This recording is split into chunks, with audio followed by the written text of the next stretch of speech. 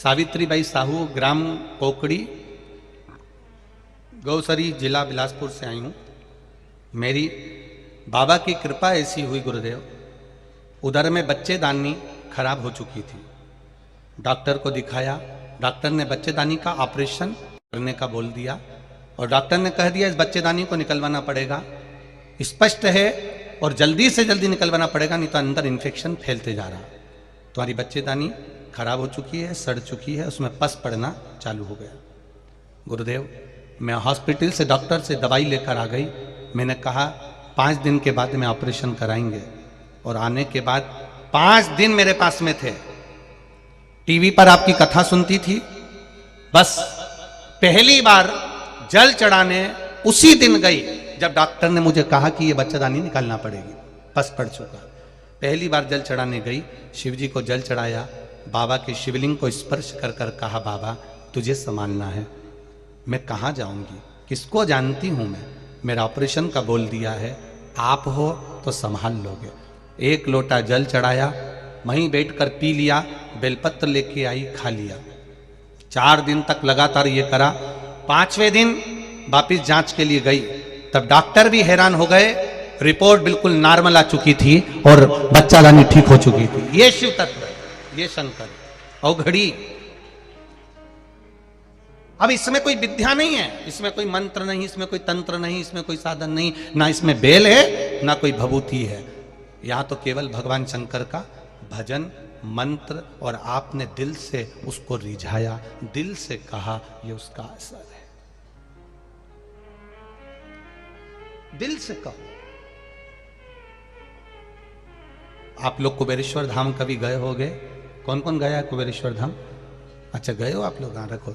कभी जिंदगी में कुबेरेश्वर धाम जाना तो सीहोर स्टेशन से उतरकर जब आप कुबेरेश्वर धाम पर जाएंगे तो वहां पर आपको कोई तंत्र मंत्र विद्या नहीं दिखेगी। कंकर उठाओ, पूजन करो और बस भजन करो, भोजन करो, सो जाओ। ना तो वहाँ पर कोई वीआईपी ट्रीटमेंट है, हॉल बना हुआ है, गद्दे मिलते हैं, रजाई मिलती है, कंबल मिलता है, बिछाओ, सो और भोजन करो, और आए हो तो सेवा करो, कंकर शंकर की पूजन कर लो, बस इतना, कुछ भी नहीं बाकी। और दिल से क्या कराते हो? आप में भी कई लोग ऐसे होंगे जो एक बार नहीं कम से कम 3 से 4 बार गए होंगे कुबेरेश्वर धाम पर। ऐसे कई लोग होंगे जो कम से कम 3 से 4 बार, ये देख लो माताएं हाथ हिला रही हैं, हम भी 2-3 बार हो जाए, कई लोग 3 से 4 बार गए होंगे बाबा के धाम में कि बाबा से हम विनती करके आए थे और बाबा ने हमारा कृपा करी, बाबा ने हमारी। तो ये दिल से आप जो कह रहे हो,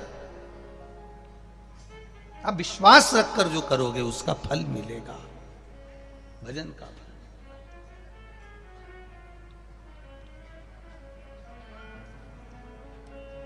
कोई ढोंग नहीं, कोई पंच नहीं, कोई अंधविश्वास नहीं, केवल शिव है। काकभूषुंडी जी शिव को मानते हैं, लोमश बाबा राम और कृष्ण शिव सबको मानते हैं, राम और शिव को मानते हैं। एक दिन काकभूषुंडी जी और लोमश बाबा, जो काकभूषुंडी जी के गुरु हैं,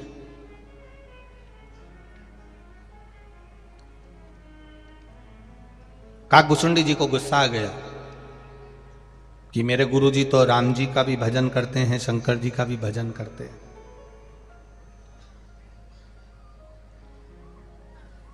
देवों में देव, महादेव। काकभूषुंडी जी ने कहा मैं तो केवल शिव जी का भजन करता हूं, बाकी का किसी का नहीं। अब ये काकभूषुंडी जी को अपने मुख से नहीं कहना चाहिए कि मैं केवल शिव जी का भजन करता हूं, बाकी किसी का नहीं, क्योंकि हमारा सनातन धर्म कहता है किसी भी धर्म की हंसी नहीं उड़ाना, किसी संप्रदाय की हंसी नहीं उड़ाना, किसी व्यक्ति की हंसी नहीं उड़ाना।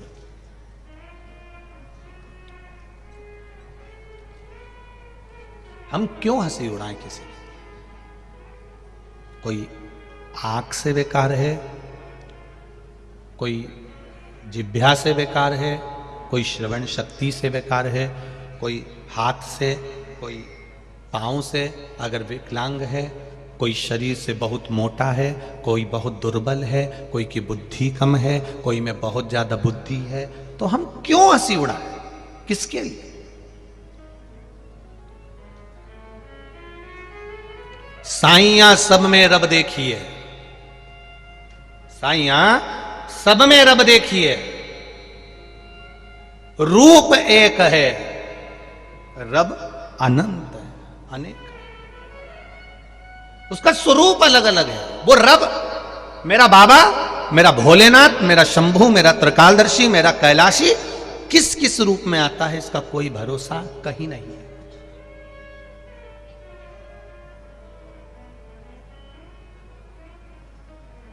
वो लाइन याद आती है, कभी प्यासे को पानी पिलाया नहीं। आगे सुना ना जरा छत्तीसगढ़ वाली जीजियो, बोलो रे जी जाऊं, तुम्हें याद है का? हाँ बोलिएगा। कभी प्यासे को पानी पिलाया नहीं, बाद अमृत पिलाने से क्या फायदा। सास जिंदा थी तब प्रणाम नहीं करा, सास जिंदा थी तब नमन नहीं करा। सास जिंदा थी तो चिल्ला के दौड़ती थी, और सास मर गई तो इतना पल्लू लेके अब रो रही। अब वो मर गई और अब अर्थी पे पड़ी, तब सास के पास में खड़ी हो के रो रही। और फिर क्या कर रही? सब परिवार वालों ने बोला पांव पड़ ले पांव। अब पांव के पांव छोड़ नहीं रही पांव। फिर गांव के दो चार लोग आए, उन्होंने उसको उठाया। क्या पता कौन से नाटक का सीरियल कर रही थी, भगवान जाने। अब उठाया उधर लेके गए, फिर चिल्ला के मां, फिर पांव पकड़ लिया हमारी माता, हमारी सास। अब की बार जो जम के मारा, अर्थी पे सास उठ के बैठ गई, बेटा में जिंदा हो गई वापिस। अरे अब ये आंसू आंसू पोंछ के अंदर चली गई तुरंत। डोकरी फिर जिंदा। 6 महीने बाद डोकरी फिर मर गई, मां फिर मर गई, बूढ़ी माता फिर मर गई। अब की बार ये नी रोई, वहीं खड़ी एक जगह, सिर पे पल्लू मल्लू लेके दरवाजे पे खड़ी, एक जैसी बस रो नहीं रही। सारे रिश्तेदारों ने पूछा तू रो क्यों नहीं रही? बस परिक्रमा लगाई, पांव के पास नहीं जाऊंगी। एक बार पांव के पास गई थी, 6 महीना डोकरी फिर जिंदा हो गई थी बुढ़िया। अब की बार पांव के पास गई और 2-4 साल के लिए जिंदा हो गई तो मेरा पूरा प्लान फेल हो जाएगा, अब नहीं जाऊंगी। ये संसार माता अब गया।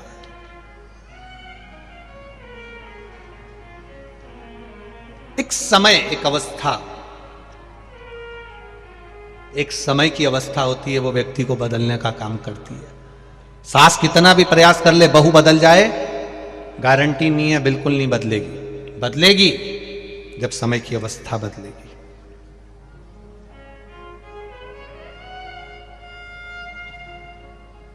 आप उसको नहीं बदल सकते, पर समय की अवस्था बदल देगी। जब बच्चों को पढ़ाएगी, विद्वान बनाएगी, अपना त्याग करती चली जाएगी, खाने का, भोजन का, रहने का सब त्याग धीरे धीरे करती चली जाएगी, तब वो बच्चों को पढ़ाती पढ़ाती फिर तुम्हारे जैसी हो जाएगी।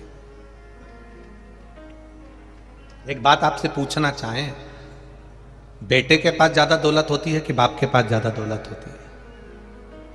पिता के पास होती है ना दौलत। उसने बचपन में जब तुम छोटे से थे तब भी पिता के पास में 500 का नोट होता था, 1000 का नोट होता था, 50-100 रुपए उसके पास होते थे। पर अपने बेटे को, अपनी बेटी को पढ़ाने के चक्कर में, बढ़ाने के चक्कर में, उनके कपड़े अच्छे पहनाने के चक्कर में, उनको खाना अच्छा खिलाने के चक्कर में पिता की जेब में 500 का नोट भी है और भूख भी लग रही है ना, दुकान पे बैठकर ठेला चलाते समय अगर उसको भूख भी लग रही है वो नहीं खाता है, क्योंकि मेरे बच्चे को देना है, ट्यूशन का देना है, बिजली का देना है, गैस की टंकी का देना है, नहीं खाता।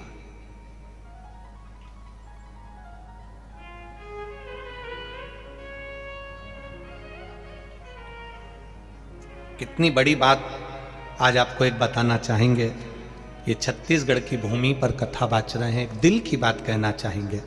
हमारे पिता जब चने का ठेला लगाते थे तो उस ठेले को घर से धकाकर हमारे पिताजी का आंख का ऑपरेशन हुआ था। तो उस समय तो बहुत बड़ी बात हो जाती थी आंख का ऑपरेशन होना। आजकल तो आंख का ऑपरेशन के बाद लोग काम कर लेते हैं, पर उस समय तो दोनों आंख के ऑपरेशन होना, मोतियाबिंद के, और फिर वो धक्का कर ले जाएं। हम जब स्कूल पढ़ते थे तो पापा का, पिताजी का चने का ठेला लेकर जब पान चौराहे पर जाते थे, और पान चौराहे पर जब ठेला खड़ा करते थे तब भूख भी लगती थी पिता को। हम खुद देखते थे कि पिताजी को भूख लग रही है, तब चना भी उठाकर नहीं खाते थे। हम कई बार, हमारे बड़े भैया ने पूछा, पापा भूख लग रही है, आप चना खा लो। तो पिताजी का शब्द होता था, 2 रुपए का चना बिगड़ जाएगा, वो 2 रुपए आएंगे तो काम आएंगे। घर का चना भी ठेले का नहीं खाता था बाप। पिता पिता होता है, पिता वो चना भी नहीं खाता था। एक बेटे की जिंदगी बनाने के लिए, एक बेटी का विवाह करने के लिए कन्यादान करना है उसको। बेटी की शादी में लोग आएंगे, उनको खाना खिलाना है। खाना खाने वाला तो प्लेट में भोजन को डस्टबिन में छोड़कर चले जाता है, भरी की भरी 200 रुपए की प्लेट छोड़कर चले जाता है। पर उस बाप से पूछना जिसने 1-1 रुपया जोड़ा है अपनी बेटी की शादी के लिए, कि आएंगे तो खिलाना पड़ेगा। 1-1 रुपया जोड़ा है उस पिता ने, 1-1 रुपया। केवल बेटी का शादी करना है, बेटे का काम धंधा लगाना है, बच्चों को पढ़ाना है, अच्छे कपड़े पहनाना है। 500 रुपए उसकी जेब में है, पर 1 रुपया खर्च नहीं करता पिता। 1 रुपया। क्या उसको पानी पतासा याद नहीं आता जो तुम ठेले पर खड़े होकर 50 रुपए का खाकर आ जाते हो? तुम्हारे पापा, तुम्हारे पिता को वो पानी पतासा अच्छा नहीं लगता? तुम्हारे पिता को क्या चाउमीन अच्छी नहीं लगती? तुम्हारे पिता को क्या वो बर्गर अच्छा नहीं लगता? तुम्हारे पिता को क्या वो पिज्जा अच्छा नहीं लगता? तुम्हारे पिता को क्या बाजार में मिलने वाली गजक अच्छी नहीं लगती? तुम्हारे पिता को बाजार में मिलने वाला क्या भोजन अच्छा नहीं लगता? याद उसको भी आती है, खाना वो भी जानता है, जेब में पैसा भी है, फिर भी नहीं खाता है, क्योंकि मेरी औलाद को पढ़ाना है, उसका विवाह रचाना है। नहीं खाता, छोड़ देता। और जिस दिन तुम पिता बनोगे और अपनी औलाद के लिए तुम्हारी जेब में भी पैसा होगा, मैं नवयुवक लड़कों से पूछना चाहूंगा जिनकी शादी हो गई, जो 40 साल, 42 साल, 45 साल की उम्र में चल रहे हैं, 50 साल की उम्र में चल रहे हैं, उनकी भी जेब में पैसा है तो भी जोड़ जोड़ कर चल रहे हैं बच्चों के लिए, नहीं खाते। इन 45 साल वालों से, इन 50 साल वालों से पूछना, ऑफिस में काम कर रहे हैं, पुलिस की नौकरी, इसकी नौकरी, डॉक्टर की नौकरी, ये नौकरी, गवर्नमेंट की नौकरी कर रहे हैं, एक चाय भी पीते हैं तो 50 बार सोचते हैं कि चाय पिएंगे तो 10 रुपए कट जाएंगे। छुट्टी नहीं लेते गवर्नमेंट की, छुट्टी लेंगे तो पैसा कट जाएगा। किसके लिए? केवल अपने बच्चों के लिए। और बच्चे कहते हैं, पापा तुम एक प्लाट नहीं ले सके, तुम एक मकान नहीं ले सके?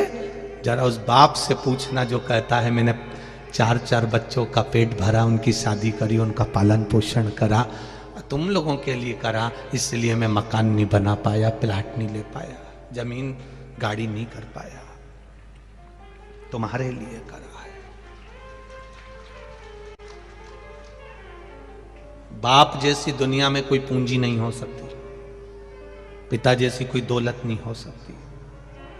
जिंदा है तब तक लगता है तुमको कि तुमने कमाया है, चले जाएगा तब मालूम पड़ेगा कि ये सारी दौलत उसी की तो थी, उसी के आशीर्वाद की थी। आज सबसे बड़ी खुशी की एक बात कहना चाहूंगा, बड़ी खुशी की बात कहना चाहूंगा, लोग पूछते हैं शिव पुराण क्या देती है। हमारे पास जो पत्र आते हैं, हमारे पास में जो मैसेज आते हैं, हजारों लाखों पत्र और मैसेज रोज सीओर में आते हैं प्रतिदिन। खुशी इस बात की होती है कि नवयुवक लड़के, नवयुवक बेटियां, नवयुवक बेटे अब बूढ़े माता पिता के प्रति समर्पित होना चालू हो गए। लोग पूछते हैं शिव पुराण क्या देती है, हम कहते हैं उनका समर्पण बड़ा है, उनका त्याग बड़ा है, उनका प्रेम बड़ा है, उनकी वात्सल्यता बड़ी है, उनकी करुणा बड़ी है। जो बच्चे गलत मार्ग पर जा रहे थे वो वापिस थोड़ा ना थोड़ा अपने पिता का और मां का आदर करना सीख गए। माता पिता का आदर करना सीख गए।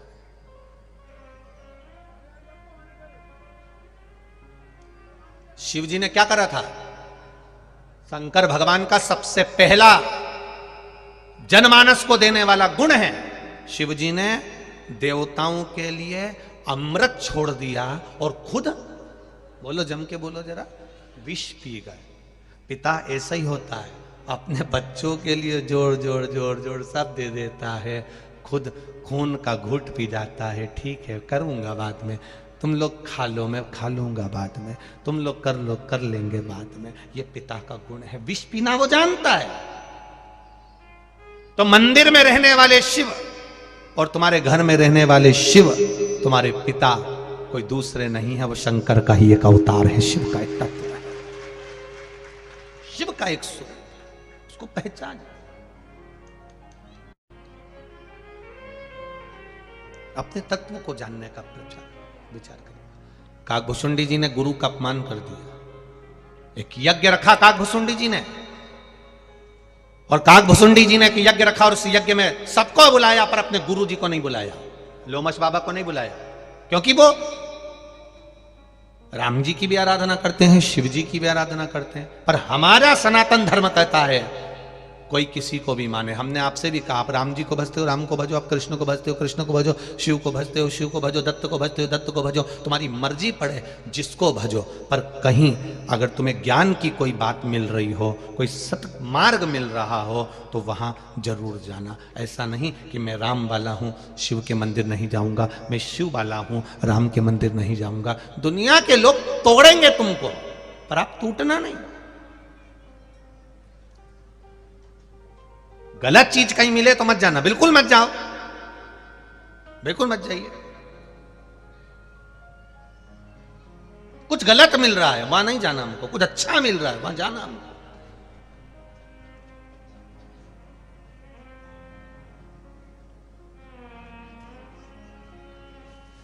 आज कोकड़ी में कम से कम 4.5 लाख लोगों से ज्यादा लोग इस कोकड़ी की कथा में आए हुए हैं। 4.5 लाख से ज्यादा लोग। टेंट बड़ा बड़ा के, वो नागपुर का टेंट वाला साहू जी थक गया, इतना रोज टेंट लगाता है वो, कभी इधर बढ़ा देता, कभी इधर बढ़ा देता, कभी उधर बढ़ा देता। टेंट बढ़ते बढ़ते भोजनशाला में घुस गया। गलत है, भोजनशाला टेंशन में है कि दोनों टेंट एक मिला दिया, अब कहां जाओगे?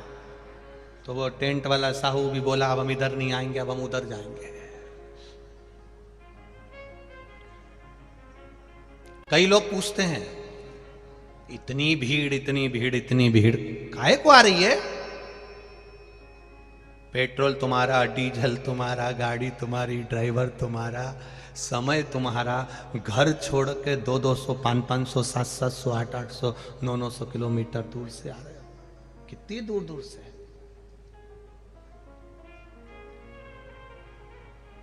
एक तो पंजाब से आया है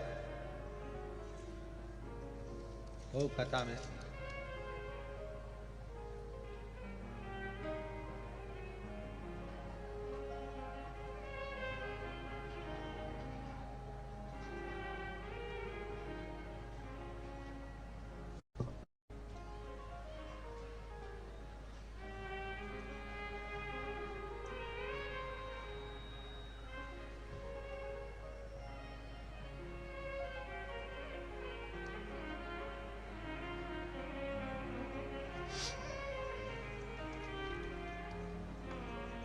मेरा नाम दीपिका कल्याण है। मैं कुरुक्षेत्र हरियाणा से आई हूँ, कुरुक्षेत्र हरियाणा। कहीं बैठी हो तो हाथ हिलाइएगा, कहीं बैठी हो तो अपने दोनों हाथ अवश्य हिलाइएगा। मेरा नाम दीपिका कल्याण है। मैं कुरुक्षेत्र हरियाणा से आए हैं। मेरे घर के लोग भी साथ में आए हुए हैं, कहीं बैठे हो तो हाथ हिलाइएगा। हम पूरा परिवार शिव कथा सुन रहे हैं और भाई 5 वर्ष का है, वह ना बोलता ना सुनता, दिमाग से भी कमजोर है। गुरुजी, हमने टीवी पर कथा सुनी और कथा सुनकर हमने विचार करा कि बच्चे को जल पिलाएं, बेलपत्र दें। हम बाबा की कृपा से वही क्रम करना प्रारंभ करें। आज ये छत्तीसगढ़ की कथा में हमारा आने का केवल एक कारण है, बाबा को प्रणाम करना, उनको नमन करना, उनको धोख लगाना। एक लोटा जल सारी समस्या का हल। उसी एक लोटे जल ने ऐसी कृपा कर दी, हमारा 5 वर्ष का भाई ना चल पाता था, ना बोल पाता था, दिमाग से भी कमजोर था, पर बाबा की कृपा से अब उसकी वाणी धीरे धीरे आना प्रारंभ हो गई, वो बोलना प्रारंभ कर दिया। ये शिव है, ये शंकर, ये औघड़ी है। शिव तत्व इसी को कहते हैं। कितनी दूर दूर से लोग आ रहे हैं, हरियाणा, पंजाब, कहीं कहीं कहीं कहीं से। आप विश्वास लेकर आते हो, आपकी दृढ़ता, आपका भरोसा आपको लेकर आते हो, और ये विश्वास है कि बाबा देगा जरूर, कृपा करेगा जरूर।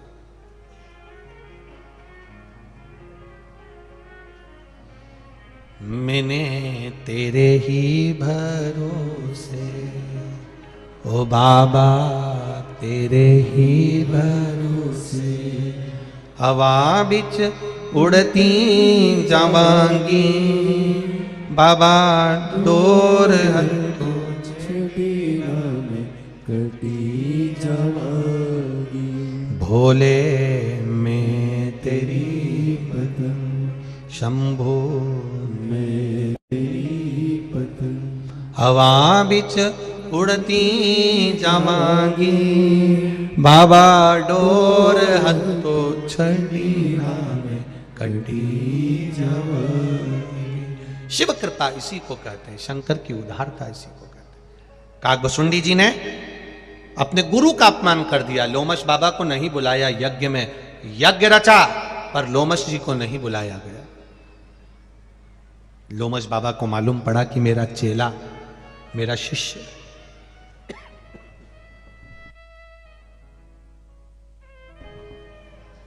लोमश बाबा को मालूम पड़ा कि मेरा शिष्य यज्ञ कर रहा है,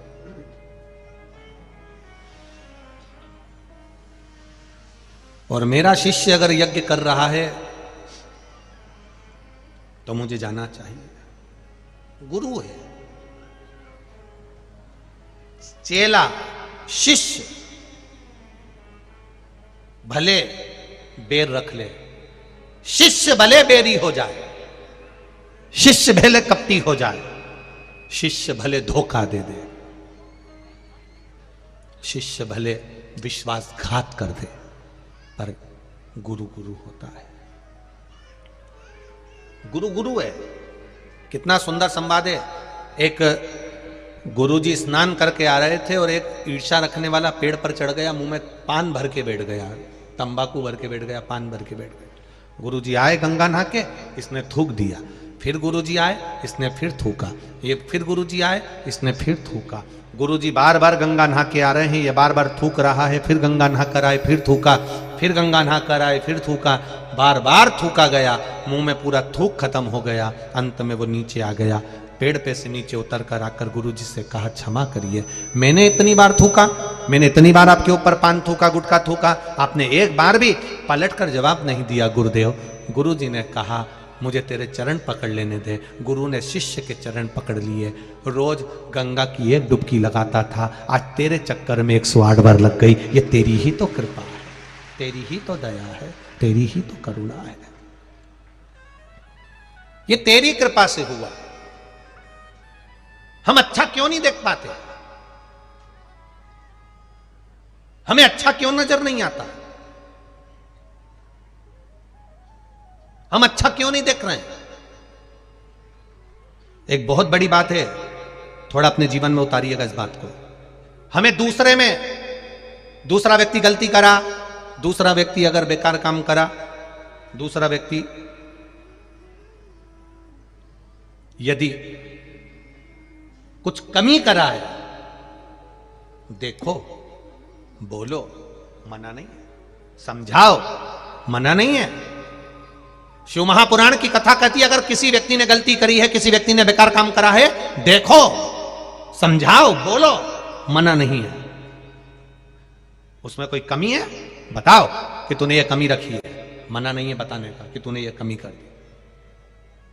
पर एक बात याद रखना, एक व्यक्ति में कमी दिखी, दूसरे व्यक्ति में कमी दिखी, तीसरे व्यक्ति में कमी दिखी, हर एक व्यक्ति में तुम कुछ ना कुछ कमी देख रहे हो, तो फिर हमें उसको नहीं बताना, फिर हमें अपने आप में समझना है कि हम में क्या कमी है जो सामने वाला व्यक्ति कमी नजर आ रही है। एक व्यक्ति में कमी नजर आए तो समझ लेना कि आप मार्गदर्शक हो, आप समझा सकते हो, आप ज्ञानी हो। दो व्यक्ति में भी गलती नजर आ जाए तो समझ लेना आप मार्गदर्शक हो, आप समझा सकते हो, आप ज्ञानी हो। तीन व्यक्ति में भी गलती नजर आ जाए तो समझ लेना मार्गदर्शक हो, समझा सकते हो, ज्ञानी हो। पर हर व्यक्ति में गलती नजर आ जाए, ये भी संत बुरे, वो भी संत बुरे, ये भी बुरे, वो भी बुरे, ये भी कथाकार बुरे, वो भी कथाकार बुरे, ये भी बुरा, वो भी बुरा, प्रत्येक व्यक्ति अगर गंदा नजर आने लगे, हर एक व्यक्ति में गलतियां दिखने लगे, तब सामने वाला व्यक्ति गलत नहीं है, तुम गलत हो जो तुम्हें हर एक व्यक्ति गलत नजर आ रहा है। फिर अपने में गलती देखो, एक व्यक्ति में गलती निकलती चल जाता, दूसरे व्यक्ति में गलती निकलती चल जाता, तीसरे व्यक्ति में गलती निकलती चल जाता, पर तुमने तो धंधा बना रखा है हर एक की गलती छांटने का। तो समझ लेना कि तुम ज्ञानी नहीं हो, तुम विद्वान नहीं हो, तुम अज्ञानी हो। तुम में कुछ ऐसा सिम फिट कर दी भगवान ने जो दूसरे की केवल बुराई ही देखता रहता है, कभी अच्छाई देखी ही नहीं उसने जिंदगी में। वो सिम अंदर से निकालो जो फिट करी है, वो सिम के कारण तुम नेटवर्क गलत हो रहा है। कभी कभी कोकड़ी में हमने पूछा, यहां आने से पहले कई लोग पूछते हैं तुम्हारे कोकड़ी में कौन सा नेटवर्क चलेगा, तो कहा साहब ये वाली कंपनी का चल जाएगा। तो क्या साहब हमारे पास तो वो कंपनी है ही नहीं। तो उसने फिर बेचारा गया बालोदा बाजार में से दूसरी सिम लेके आया थोड़े दिन के लिए कि यहाँ चला के यहीं छोड़ देंगे। नेटवर्क तुम्हारा गड़बड़ हो रहा है। एक व्यक्ति में गलती नजर आए, एक व्यक्ति ठीक नजर नहीं आए, एक व्यक्ति में गलती दिखे, एक व्यक्ति अगर तुम्हें बुरा नजर आ रहा है, समझाओ, तुम ज्ञानी बनकर समझाओ, विद्वान बनकर समझाओ, तुम महाज्ञानी बनकर समझाओ, मना नहीं है। पर एक व्यक्ति में गलती दिखी, फिर एक संत में से गलती निकाली, फिर दूसरे संत में से गलती निकाली, फिर तीसरे महाराज में से गलती निकाली, चौथे कथाकार में से गलती निकाली, पांचवें उसमें से गलती निकाली। तुम 24 घंटा बैठकर गलतियां गलतियां गलतियां छाट रहे हो, तो मतलब समझ लेना ऑफिस ही गड़बड़ है, डिपार्टमेंट गड़बड़ हो गया है। माता पिता ने कोई नमूना ही दूसरा पैदा कर दिया है, समझ लेना। ये अच्छा ही नहीं देख सकता, ये श्रेष्ठता नहीं देख रहा। एक में गलती दिखे, दो में दिखे, तीन में दिखे, चार में दिखे, पांच में दिखे, चल जाएगा, ज्ञानी कहलाओगे, समझा दो। पर सब में गलती नजर आए, समझ लो डिपार्टमेंट गड़बड़ है, ठीक नहीं है, विचार गड़बड़, सोच गड़बड़, अंदर ईर्ष्या भरा चुकी है, जलन भरा चुकी है, इसलिए गलत ही गलत दिख रहा है, अच्छा दिख ही नहीं रहा।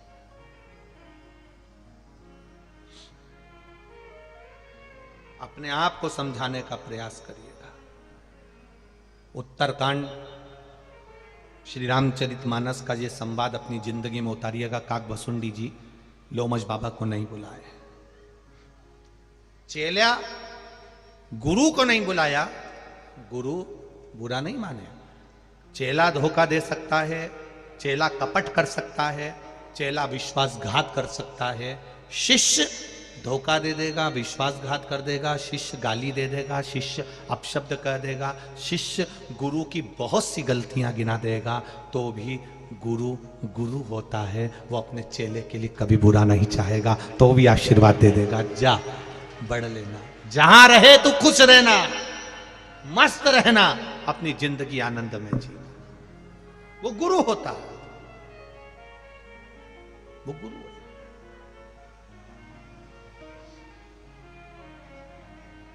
लोमश बाबा को काकभुशुंडी जी ने नहीं बुलाया, फिर भी लोमश बाबा को मालूम पड़ा कि मेरा शिष्य यज्ञ कर रहा है और मैं उसका गुरु हूं, मेरा जाना फर्ज बनता है, मैं जाऊं, ये गुरु का फर्ज है, जाए। बहू गुस्से में आ जाती है तो सास से बात करना बंद कर देती है। बोलो री छत्तीसगढ़ की जीजी हो, सही है कि गलत है? बहू गुस्से में आती है, सास से बात करना बंद कर देती है। बेटा गुस्से में आता है, अपने पिता से माता से बात करना बंद कर देता है। पर इसमें कितने माता पिता ऐसे बैठे हैं, कितनी सास ऐसी बैठी है कि वो बहू गुस्से में आती हो, सास और बहू का झगड़ा हो जाता है, बहू सास से उपट कर बात नहीं करती, पर केवल एक घर की माँ ऐसी होती है तो भी वो उपट कर बात कर ही लेती है, क्योंकि वो भुलाना चाहती है हर एक दुख, तो भी कह देती है कोई बात नहीं, जान। कई बार तो देवरानी जेठानी आपस में कह देती है, जब वो इतना झगड़ा करके गई तो तुम काय को बोल रही हो, चाय दे, क्या दिया, बेचारी को चाय दिया, वो नी पी के गई है, जा दिया।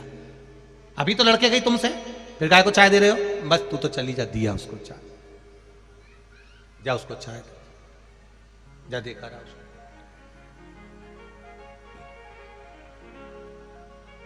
अरे उसने झगड़ा करा है, करने दे। गुरु की करनी गुरु भरेगा, चेला की करनी चेला, और उड़ जाएगा हंस अकेला। जिसके कर्म का दंड जो भोगेगा, अपन क्यों बुरे बने के कर, उसने ऐसा कर दिया, उसने वैसा कर दिया, उसने ना ना ना।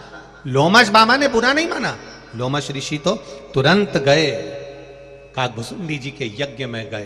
काकभुशुंडी जी यज्ञ में पूजन करा रहे थे, ब्राह्मण देवता उनके पास में बैठे हुए थे, ये आहुतियां डाल रहे थे, आहुतियां डाल।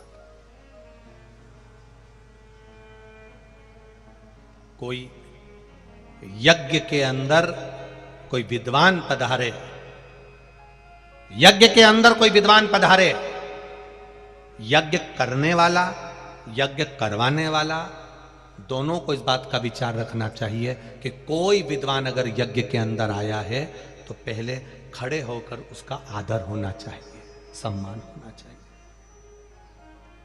पर यज्ञ कराने वाला और करने वाला दोनों को यह चीज का स्मरण होना चाहिए कि कोई विद्वान हमारे यज्ञ में आया है, कोई गुरु, कोई सतमार्गी, भले गांव का कोई बड़ा बुजुर्ग, विद्वान बुजुर्ग, कोई गांव का, एक छोटे से गांव में भी कोई विद्वान पंडित होता है, वो भी अगर हमारे यहां यज्ञ में आकर खड़ा हो जाए तो भी यज्ञ कराने वाला कितना भी विद्वान हो, गांव का पंडित, गांव का बुजुर्ग पंडित, माना उसको तुम्हारी शहर जैसी बहुत सारी विद्या नहीं आती है, तुम शहर में पढ़ लिख के बहुत बड़े विद्वान बन गए, गांव में यज्ञ करने गए हो, पर गांव का कोई साधारण, गांव का कोई सिंपल सा, एकदम साधारण सा बुजुर्ग पंडित, भले उसने गांव में रहकर पंडिताई तो करी है, ऐसा बुजुर्ग पंडित अगर उस यज्ञ में आ जाए तो यज्ञ कराने वालों को उसका आदर करना चाहिए, सम्मान करना चाहिए। उसको नहीं आता कुछ भी तो भी आदर करिए, सम्मान करिए, क्योंकि उस गांव का वो बुजुर्ग पंडित ने पूरी जिंदगी इन गांव के लोगों में लगा दी, उसका आदर होना चाहिए, उसका सम्मान होना चाहिए। अब नवयुवक लड़के आजकल के जमाने के सोचते हैं हम तो इतने विद्वान हैं, हमने तो वहां पढ़ाई करी, हमने तो वहां पढ़ाई करी, ये गांव का पंडित किस काम का। ना ना ना, तुम आज पढ़कर आए हो, उस गांव के बुजुर्ग पंडित जिंदगी है इस गांव को केवल संभालने में। दुनिया के लोगों को लगता है जब वो प्रयागराज जाते हैं, हरिद्वार जाते हैं, गया जी जाते हैं तो वहां पंडा हुन नहीं मिलते, मथुरा वृंदावन जाओ तो पंडा हुन मिलते हैं, तो इन लोगों को बड़ी, लोगों को हंसी उड़ाते हैं ये लोग।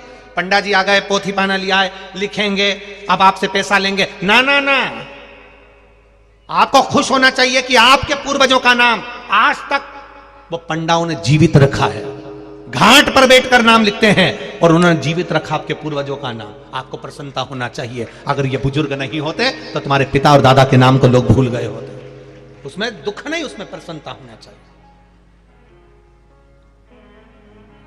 ये प्रसन्नता का भाव। गुरु के दरवाजे पर जाओ तो कभी अहंकार रखकर मत जाओ, माता पिता के पास जाओ तो कभी अहंकार रखकर मत जाओ, कभी अभिमान रखकर मत जाओ, अभिमान से परे, अभिमत्ता से परे। अहम से परे जाओ। जब शिव कथा कर रहे, भगवान शंकर का चरित्र कर रहा है, लोमश बाबा चले गए काक भसुंडी जी के यहां। यज्ञ कराने वाले यज्ञ करा रहे थे, यज्ञ करने वाला था, लोमश जी को देखकर नहीं उठे। लोमश जी तो भी कुछ नहीं बोले, क्योंकि गुरु है वो। गुरु को जानना बड़ा कठिन है, बहुत कठिन। आज के जमाने में तो गुरु की पहचान भी नहीं होती। लोगों को लगता है बहुत सारा ज्ञान दे दिया तो गुरु जी होगा। ना ना ना ना, लोगों को प्रवचन देना अलग बात है, लोगों को ज्ञान देना अलग बात है, लोगों को कहना अलग बात है, पर जितना कहा उतना खुद पर अमल करना अलग बात है।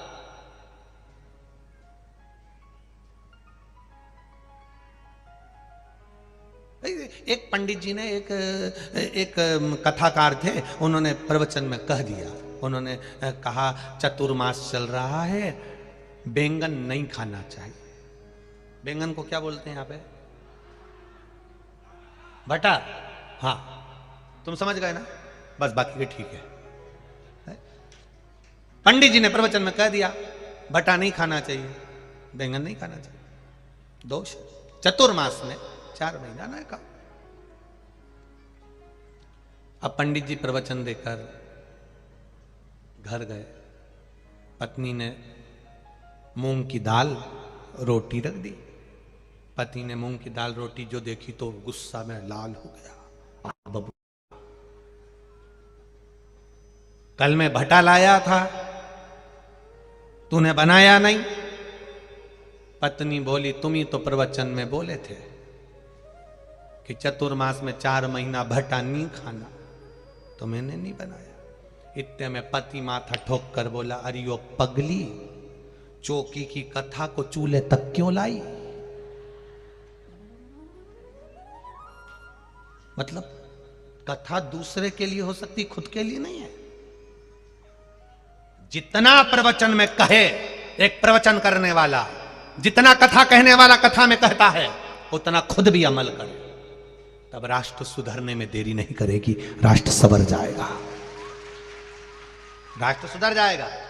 मेरे नामदेव जी, मेरे तुकाराम जी, नानक देव जी, बुद्ध जी, महावीर स्वामी, आदि कादिक जितने भी, रामकृष्ण परमहंस जी, चैतन्य महाप्रभु जी, मीराबाई, कर्माबाई, ये सब इन्होंने पहले अपने आप को संवारा है, फिर राष्ट्र को संवारा है। वीर शिवाजी, महाराणा प्रताप, इन्होंने अपने आप को फिर राष्ट्र। हम क्या पहले राष्ट्र को संवारने का काम करते हैं। मेरा लड़का सुधर जाए, मेरा बेटा गलत जगह नहीं जाए, मेरा बेटा मदिरा नहीं पिए और बाप रात में टन्न होके आए, तो ये बताओ औलाद बिगड़ेगी कि नहीं बिगड़ेगी? हम सुधार रहे हैं, आशा हमने रखी है मेरा बेटा सही व्यवहार करे।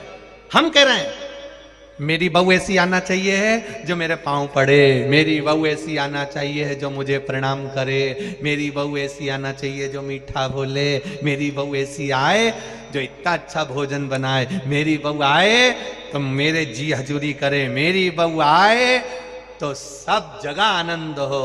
अब मेरी बहू आए तो पांव पड़े, मेरी बहू आए तो प्रणाम करे। तुम कितना अपनी सास को प्रणाम कर रही हो? तुम कितना अपने बड़ों का आदर कर रहे हो? तुम कितना अपने बड़ों का सत्कार कर रहे हो? जब तुम नहीं कर रहे तो वो जगदम्बा करेगी? अरे जाने दो, तुम्हें चंद्र घंटा बना के रख देगी, कुछ नहीं करने वाली। तुम करोगे तो होगा। हम सुधरेंगे, बोलो बोलो जम के बोलो, युग सुधरेगा। हम बदलेंगे, युग बदलेगा। कब बदलेगा? जब हम बदलेंगे। कब बदलोगे? नियम बनाओ कि हमें आज से बदलना, अभी से बदलना। और जब हम अभी से बदलेंगे, आज से बदलेंगे, तब युग बदलेगा। नहीं तो कहते कहते जिंदगी निकल जाएगी। बदलाना बदलना पड़ेगा। सियोर वाला महाराज थोड़ा बोलता बहुत आड़ा टेढ़ा है। और बोलते भी तभी हैं जब अपने ऊपर भी अमल करें, और आपको भी कहेंगे कि अपने ऊपर अमल करिए। अपने ऊपर पहले प्रभाव पड़ना चाहिए, तब। हम भी कॉलेज जाते थे, हम भी स्कूल जाते थे, हम भी पहनावा बदले हैं। हमने भी अपनी जिंदगी का सारा आनंद सुख जो था वो छोड़ा, ये परमात्मा की शरणागति ली। तब आप लोगों से कहा परमात्मा की शरणागति जाओ। इतने पत्र हैं, इन पत्रों में आप लोगों के मन में जिन्होंने शंकर भगवान को जल चढ़ाया, जिन्होंने शिव जी की आराधना करी, वो इन पत्रों में वर्णित है। तत्व को जानिए। लोमश बाबा पहुंच गए।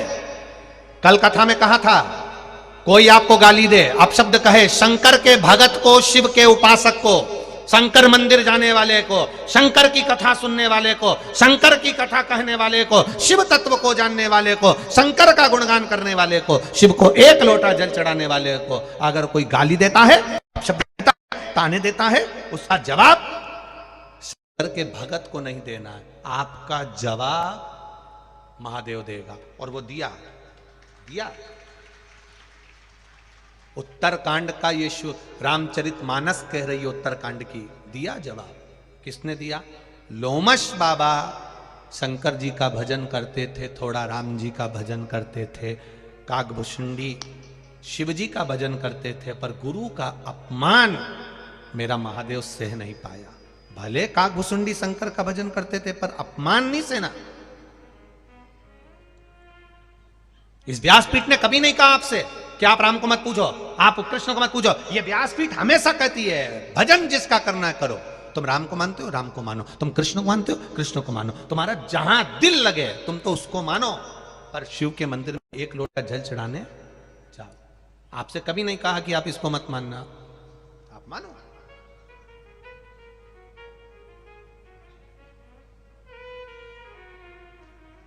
श्री शिवाय नमस्ते। मानो आप सब। लोमश जी के लिए शंकर भगवान आकाशवाणी कर दी है। अब आई बारी, कल की कथा आज आई है, तुम्हें जवाब नहीं देना है। तुम खुश होना, तुम आनंदित होना, तुम प्रसन्न होना। जवाब देने के लिए वो बैठा है। एक कथा याद आती है, एक पति पत्नी मॉडर्न खूब डेंटिंग पेंटिंग करे हुए, लाइन खींची, डब्बा भरे हुए, इधर से नीली, इधर से थोड़ी सी ब्राउन ब्राउन। हमारे तो बाल भी नहीं तो लटका के बता देते हैं। ऐसी नीचे से, फिर इधर से, फिर तलम्बा सुरमा, और गले में एक नेकलेस, वो भी गला दबता हुआ। ऐसा लग रहा जैसे सुसाइड करने जा रही राम जी, ऐसी भयंकर। चलिए, पति के साथ में पर्स हिलाती हिलाती जा रही थी। पीछे की आवाज या एलईडी, ध्यान रखिए। पर्स हिलाती हिलाती जा रही थी, और जब पर्स हिलाती हिलाती जा रही है, पर्स हिलाती हिलाती जा रही, तो वहां से एक संत आ रहे थे। संत तो संत होता है, साधु तो साधु होता है। संत संत है, साधु साधु है। संत आ रहे थे, ये दोनों पति पत्नी जा रहे थे। संत ने एक खड्डे में पानी भरा था, और संत उस खड्डे में कूद गए। कूदे तो कीचड़ पत्नी के ऊपर चले गया। पत्नी पर गया तो पति को गुस्सा आ गया, उसने संत की गिरबान पकड़ ली, और संत की गिरबान पकड़ के दो धड़के दिया। बुढ़े, अकल नहीं तुझमें? मूर्ख, तुझमें अकल नहीं है? तेरी अकल मारी गई क्या? तेरी बुद्धि मारी गई क्या? और हाथ मोड़ दिया। संत कह रहे, भैया मैंने क्या करा वो तो बताओ। मेरी पत्नी पर छिटा गया, कीचड़ चले गया, गवार हो तुम, अकल नहीं तुम में? संत कुछ नहीं बोला, क्षमा मांग ली, गलती हो गई। क्षमा मांग रहा है, दिख नहीं रहा था तेरे को? अंधा हो गया था तू? संत चला। अब पति पत्नी दोनों चलते चलते चलते चलते चलते चलते आगे ही उनकी सोसाइटी थी, लंबी बिल्डिंग में, ऊपर कहीं फ्लैट में रहता था। पति पत्नी दोनों चढ़े, संत अपनी मस्ती में चला जा रहा था। पति का सीढ़ी पे से पांव फिसल गया और पति लुढ़कता हुआ नीचे आ गया, सिर फूट गया, सब समाप्त हो गया, मर गया, प्राण छूट गए। पत्नी चिल्ला चिल्ला के रोने लगी। वहीं से संत निकल कर जा रहा था। वही पूरी सोसाइटी वालों ने संत को रोक कर कहा, हो गया ठंडा, अब तो तेरा दिल खुश हो गया होगा। संत ने पूछा, क्या हो गया? क्यों मुझे ऐसा बोल रहे हो? क्यों ताने दे रहे हो? अरे बेचारा, जिस लड़के ने तेरी गिरबान पकड़ी थी, थप्पड़ मारा था, हाथ मरोड़ा था, वो बेचारा ऊपर से गिर के मर गया। ये सब तेरे कारण हुआ। संत ने कहा, भाई देख, ये मरने वाला इसकी पत्नी को चाहता था, पत्नी पर की चढ़ाया तो बुरा इसको लगा, क्योंकि ये इसको चाहता था। मुझे चाहने वाला मेरा महादेव है, उसको बुरा लगा, उसने बदला लिया। यहां संत बदला नहीं लिया है, साधु ने बदला नहीं लिया है, किसी गुरु ने बदला नहीं लिया है, बदला महादेव ने लिया है। लोमस बाबा कुछ नहीं बोले, एक शब्द भी नहीं बोले, पर लोमस ऋषि के बोलने का बदला मेरा महादेव ने लिया। नहीं बोले, एक शब्द भी काकभुसुंडी जी के सामने नहीं बोले। उसका नाम आशुतोष है, बोलता कम है, करता ज्यादा है। कई लोग ऐसे हैं जो बोलते ज्यादा हैं, करते कुछ नहीं है। घोषणा पत्र पढ़ते हैं, जब ढेर सारे पढ़ देते हैं मंच पे खड़े होकर, हम ये भी कर देंगे, हम वो भी कर देंगे, वो भी कर देंगे, वो भी कर देंगे, वो भी कर देंगे, वो भी कर देंगे, सब कुछ कर देंगे। मालूम पड़े फिर पता ही नहीं पड़ता कहां गए। कहना और करने में अंतर होता है। कह देना अलग बात है, कर देना अलग बात है।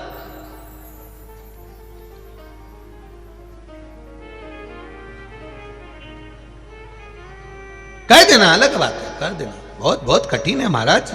बहुत लोग आते हैं कुबेरेश्वर धाम पे, बहुत 24 घंटे लोगों का आना जाना रहता है। कई लोग हमारे सम्मुख में भी आकर बैठते। वैसे तो हम मिलते जुलते कम है, हम किसी से भी नहीं मिलते। यहाँ पर भी तुम जजमान परिवार से पूछना, नहीं मिलते किसी से भी। कई लोग आके कहते हैं, अरे गुरुजी एक बार कथा तो दो, टाइम तो दो, ऐसी कथा करवाएंगे, ऐसी कथा करवाएंगे कि अभी तक तुमने ऐसी कथा कहीं देखी ही नहीं होगी। हमने भी आशीष से कहा, हमने कहा हो गया कल्याण, कथा तो दो एक बार। महाराज कथा कभी धन से नहीं होती है, कथा कभी पैसे से नहीं होती है। धन से होती होती तो ये कोकड़ी में नहीं होती, बालोदा बाजार में होती।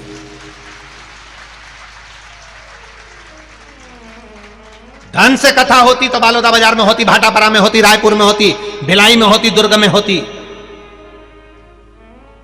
कहीं कोबरा में, कहां क्या बोलते, बाकोरा कोबरा क्या बोले, हाँ जो भी हो समझ जाओ, ठीक है, कई वहां हो रही होती। अब कोरवा सही पकड़े हैं, कई वहां हो रही होती। अब विचार करिए, अब लोग कहे कि धन से कथा हो जाए, धन से हो जाए, धन से हो जाए। अरे धन धन धन धन करते करते एक दिन निधन हो जाता है, धन पड़ा रह जाता है, और फिर व्यक्ति को कंधे पे उठा के ले जाते हैं, खुले पैसे और पैसे, फूल और मखाने फेंकते जाते हैं। राम नाम सत्य है। फूल इसलिए फेंके पुष्पांजलि के लिए, मखाना इसलिए फेंके घर भरा हुआ छोड़कर गया। कोई ने पूछा पैसा क्यों फेंका? क्योंकि जिंदगी भर कमा कमा के मर गया। अब तेरे बाप में दम हो तो उठा के बता दे। उठा, पड़ा है आड़ा पड़ा, उठा नहीं सकता।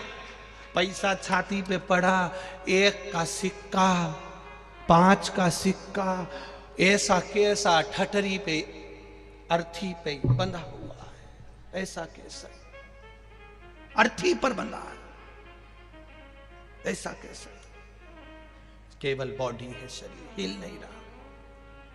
और अर्थी पर बंदा नहीं उठा सकता, उठाएगा ही। क्या करा धन का?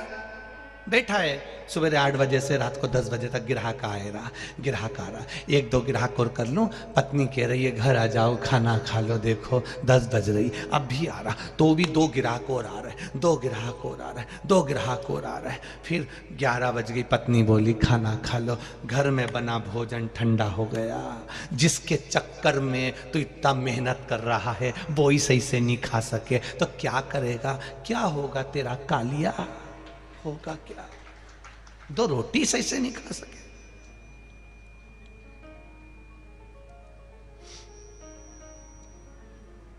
दो घंटे शादी में जाने में तैयार होने में लगते हैं। जी जियो। कितने घंटे? 2। वो दुकान से नहीं आता उससे पहले तुम्हारा मुंह धुल जाता।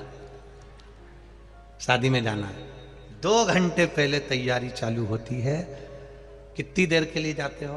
केवल थोड़ी देर के लिए बक्कल मक्कल लगा के, और थोड़ी देर के लिए बस मिले, लिफाफा दिया और वो गुलाब जामुन वगैरह निपटाई, और उतनी देर बाद तुम, थोड़ी देर का काम था 2 घंटे तैयार होने में लग गए। 2 घंटे।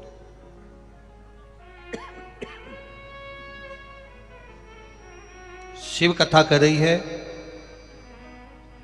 थोड़ी देर का काम था 2 घंटे तैयार होने में लग जाते हैं,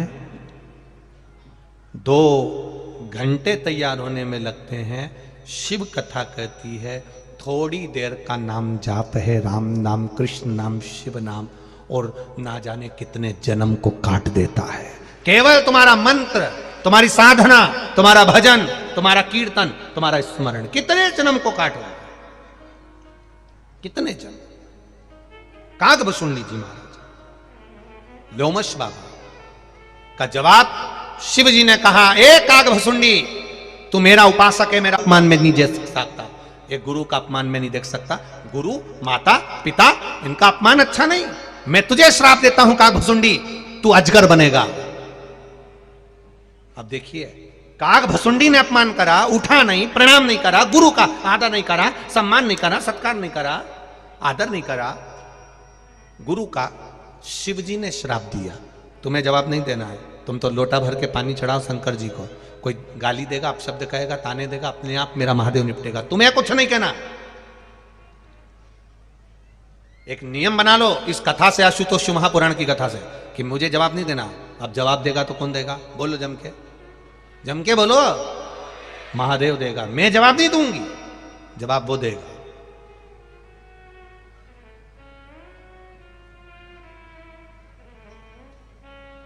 देगा, बैठा है, बैठा। कागभुसुंडी जी, तुम्हें श्राप देता हूं कि तुम अजगर बनोगे। कागभुसुंडी जी तो उठकर खड़े हो गए, पर लोमश ऋषि की आंख में से जल बहने लगा। मेरे शिष्य को शंकर जी ने श्राप दे दिया। जितना कागभुसुंडी जी नहीं रोए, उससे ज्यादा लोमश जी रोए, क्योंकि गुरु है, गुरु। उठ गए, चरणों में पड़ गए, चरणों, नैनों में जल भर गया, आंखों से आंसू बह रहे। तब शिवजी राजी नहीं हो रहे, तब लोमश ऋषि ने अपने शिष्य को सर्प की योनि से मुक्त करने के लिए रुद्राष्टक का पाठ किया। तब किया, तब लोमश जी ने हाथ जोड़कर कहा,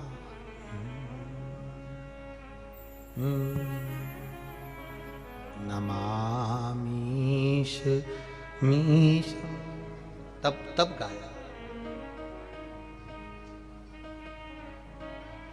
नयन में जल, तब आंख में से आंसू बह रहा है।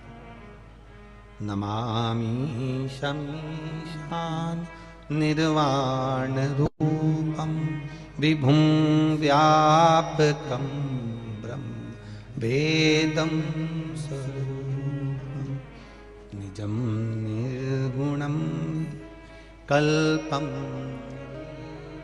तब आंख से आंसू बह रहे, जल निकल रहा, रो रहे हैं, प्रभु गलती हो गई काकभूषुंडी जी से, क्षमा करिए, क्षमा करो, हे शिव क्षमा करो,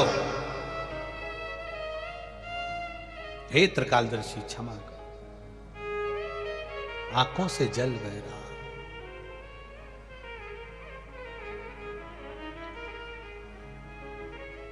शंभू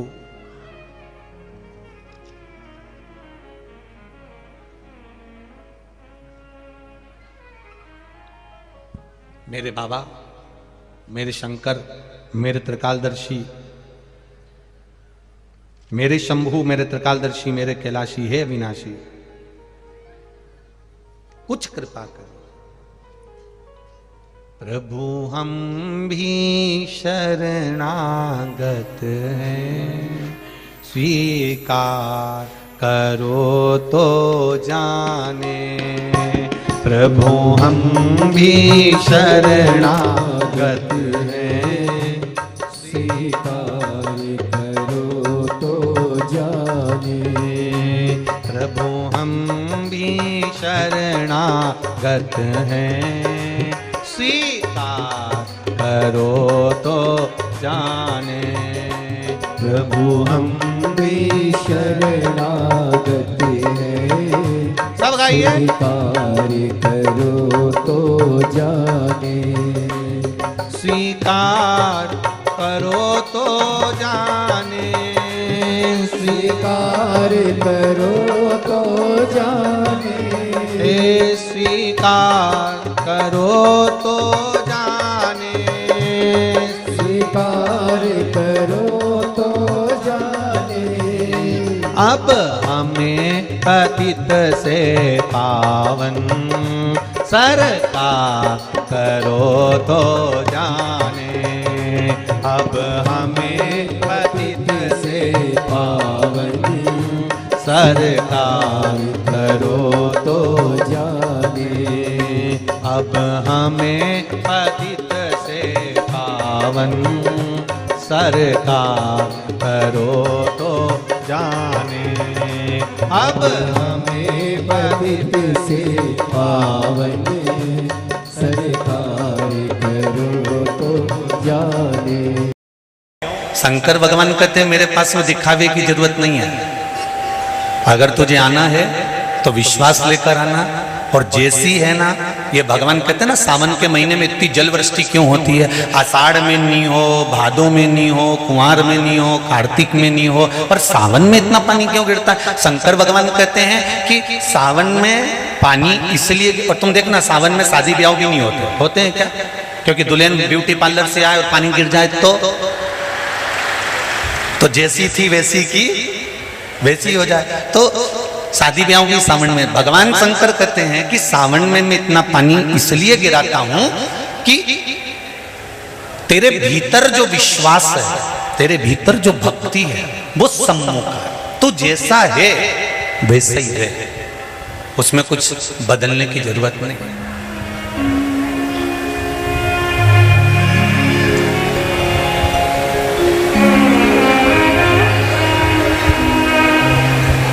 हम बहुत सारा चंदन लगा लें, माला वाला पहन लें,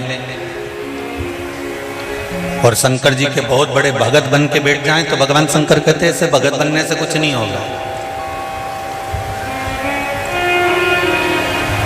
शंकर भगवान की कथा कहती है, तू तेरे घर से निकल कर आ, विश्वास लेकर चल, एक लोटा जल तेरे घर से जब तू लेकर चले तो ये विश्वास लेकर चलना कि मेरे घर की पूरी टेंशन, पूरी चिंता, पूरी समस्या, पूरा दुख मैं बाबा को समर्पित करने के लिए जा रही हूं, उसका है तो उसको देने के लिए जा रही हूं।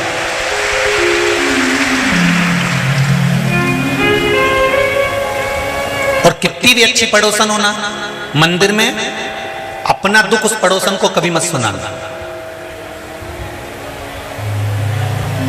कितना बड़ा भी करोड़पति तुम्हारे साथ मंदिर में बैठा हो और तुम्हारे पास में पर्स में अगर पैसा नहीं है, तुम्हारे पास में कोई रुपया नहीं है, तो तुम अपनी पड़ोसन से मांगकर 1 रुपया भी मंदिर में मत चढ़ाओ।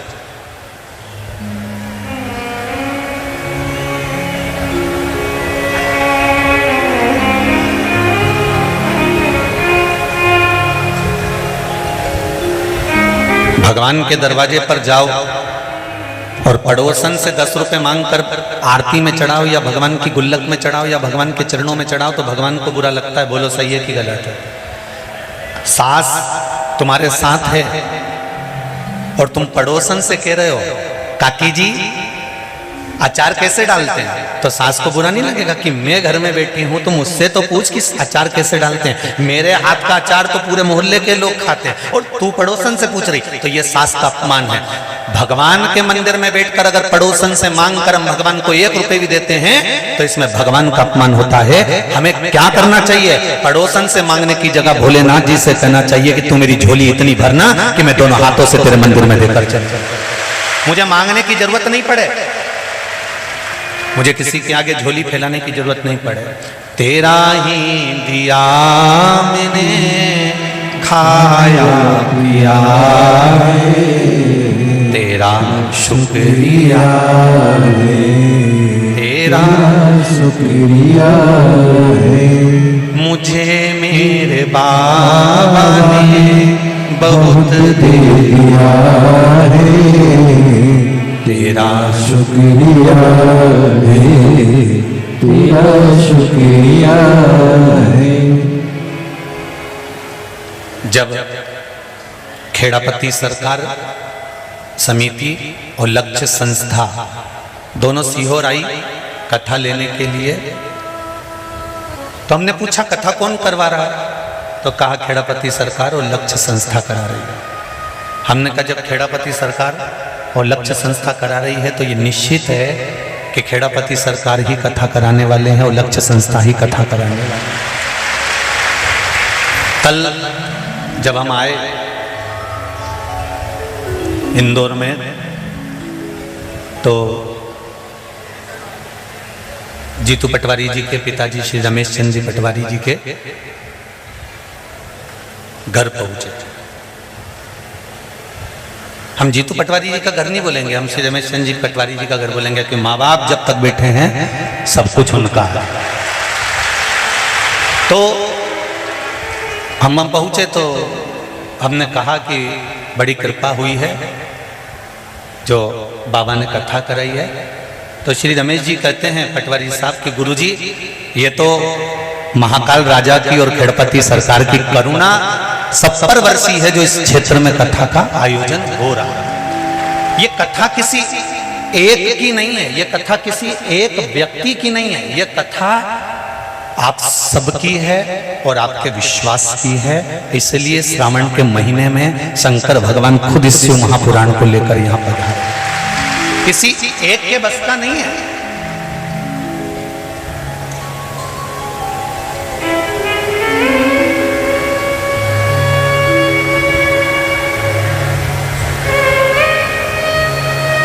मंदिर का जब घंटा नहीं बजा, मंदिर का जब घंटा नहीं बजा तब पांडवों ने पूछा हमारी सेवा में कोई कमी रह गई है क्या, हमारी सेवा में कोई कमी है? कहा यज्ञ तो ब्राह्मणों ने पूर्ण करवाया। कर्मकांडी ब्राह्मण जब कोई पूजन कराने बैठता है तो अपने दिल से, अपने चित्त से, अपने मन से, अपने भाव से भगवान को रिझाकर पूर्ण पूजन कराता है।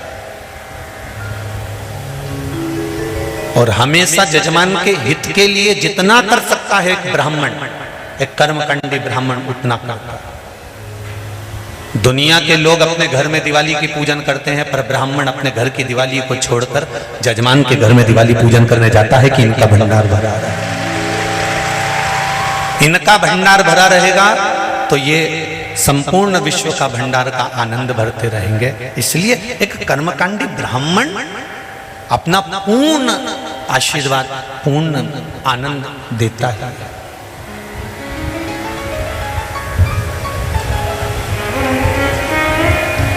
महाराज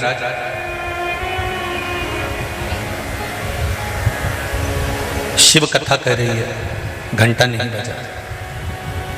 जब घंटा नहीं बजा ब्राह्मणों ने कहा कि हमने यज्ञ पूरा करवा दिया, हमने यज्ञ अच्छा करवा दिया, पर दो तरह का यज्ञ होता है। एक यज्ञ में सांकल्य दी जाती है, दूसरे यज्ञ में जो तुमने पूरे नगर में डोंडी पिटवाई की भंडारा भंडारा भंडारा भंडारा, और कोई भोजन करने से वंचित रह जाए, कोई भोजन करने से वंचित है, जरूर कोई भूखा रह गया है। पता करो कि कौन भूखा रहा। सेवकों को भेजा, नकुल, सहदेव, अर्जुन, भीम सब गए। तब पता करा कि एक बूढ़ा व्यक्ति अपने झोपड़े में बैठा हुआ है, और झोपड़े में बैठा हुआ वो बूढ़ा व्यक्ति कह रहा है कि मैं भंडारे का भोजन ग्रहण करने नहीं जाऊंगा। सबने हाथ जोड़े, नमन करा, प्रणाम करा कि क्यों भोजन करने नहीं जाओगे। तो कहा 108 अश्वमेध यज्ञ का फल अगर पांडव मुझे दे देंगे तो मैं उनके घर में भोजन कर लूंगा। अब 108 अश्वमेध यज्ञ का फल जब दिया जाता है जब 108 से ज्यादा यज्ञ आपने करे होते हैं। 10 एकादशी आपने किसी बूढ़े व्यक्ति को दे दी, 5 एकादशी आपने किसी व्यक्ति को दे दी, 3 एकादशी का फल आपने किसी को दे दिया, तो एकादशी का फल आप कब दोगे? जब आपने 15 एकादशी कर रखी होगी, 50 एकादशी कर रखी होगी, 20 एकादशी कर रखी होगी, तब तो कोई फल आप दोगे। आपके पास में अगर 10 रुपए हैं तो आप किसी को 2 रुपए दे पाओगे। अब पांडवों ने तो इतने यज्ञ कभी करे ही नहीं थे, तो वो 108 अश्वमेध यज्ञ का फल कैसे दे देते? द्रौपदी के पास में युधिष्ठिर बैठे हुए थे और पांडवों ने आकर कह दिया कि 108 अश्वमेध यज्ञ का फल चाहिए। 108 अश्वमेध यज्ञ का यदि फल मिलेगा तब वो बूढ़ा व्यक्ति भोजन करने के लिए आया। कहा, द्रौपदी बोली हमने तो इतने यज्ञ नहीं करे, पर चलो मैं उस संत को मनाने के लिए चलती हूं। द्रौपदी के लिए पादुका लाई गई, द्रौपदी ने पादुका नहीं पहनी। द्रौपदी के लिए रथ लाया गया, द्रौपदी ने रथ पर नहीं बैठी। पैदल द्रौपदी उस संत के दरवाजे पर पहुंची और बाबा से कहा, बाबा आप हमारे यहाँ चलकर भोजन करिए। बाबा कहते हैं 108 अश्वमेध यज्ञ का पुण्य दो, तब मैं तुम्हारे घर में भोजन करूंगा। द्रौपदी कहती है मैं 108 अश्वमेध यज्ञ का पुण्य देती हूँ। बाबा ने कहा, द्रौपदी तेरे पतियों ने तो इतने यज्ञ नहीं करे, तूने इतने यज्ञ कब कर लिए? द्रौपदी कहती है, बाबा हमारे शास्त्र कहते हैं, हमारा धर्म कहता है, हमारे वेद और पुराण कहते हैं, जितने कदम चलकर हम भगवान के मंदिर पहुंचते हैं, जितने कदम चलकर हम संत के दरवाजे पहुंचते हैं, जितने कदम चलकर हम शिव महापुराण की कथा तक पहुंचते हैं, उतने अश्वमेध यज्ञ हम अपनी जिंदगी के कर लेते हैं। उतने अश्वमेध यज्ञ हमने करते हैं, और हमारे अश्वमेध यज्ञ कोई साधारण नहीं है।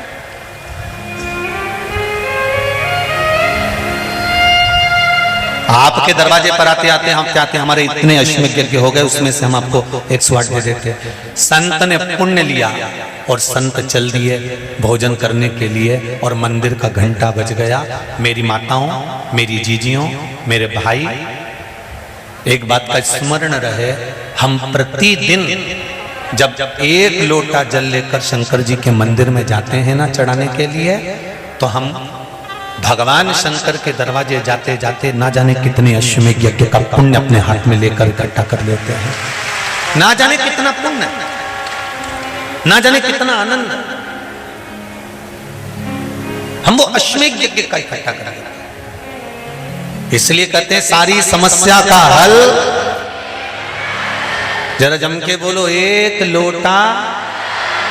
पर सावन के महीने में 1 लोटा नहीं, कितने? 2 लोटा जल, दोनों हाथ से डलना चाहिए और बाबा से अपने दिल की बात कहना चाहिए।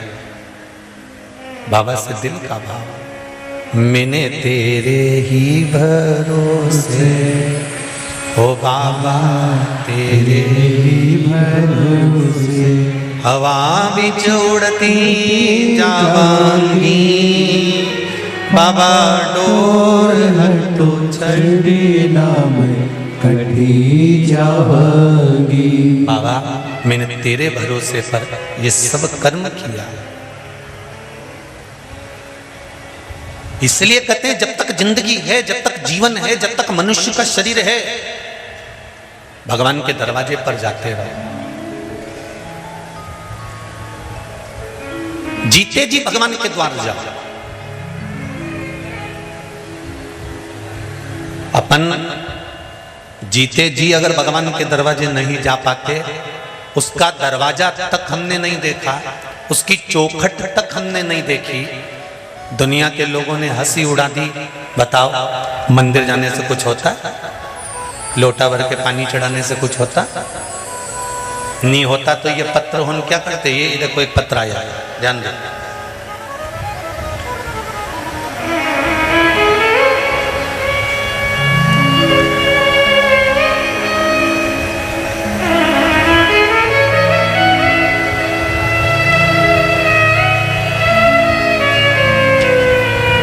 नाम रश्मि वैष्णव। कहीं बैठी हो तो हाथ हिलाइएगा, जहां बैठी हो दोनों हाथ हिलाइएगा। रश्मि जी वैष्णव।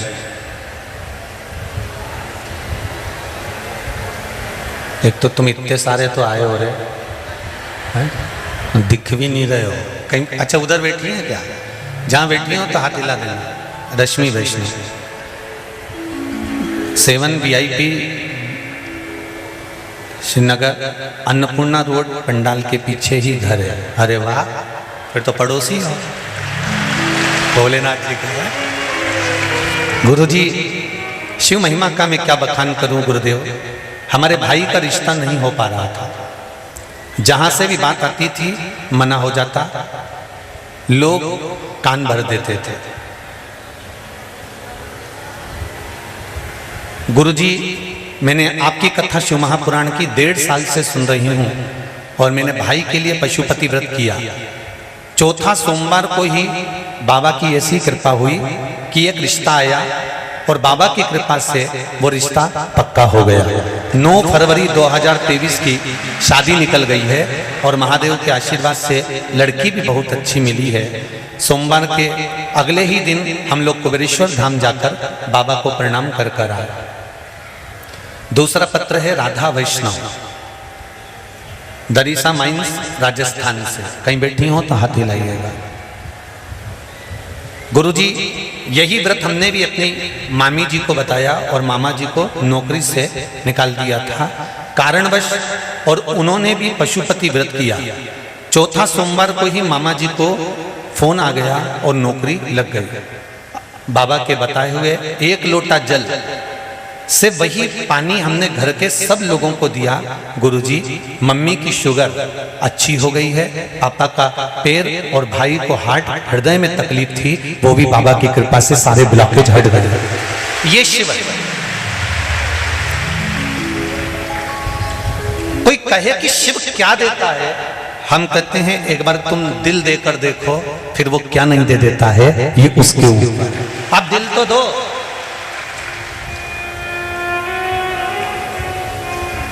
दिल तो दूसरी जगह लगा के बैठे।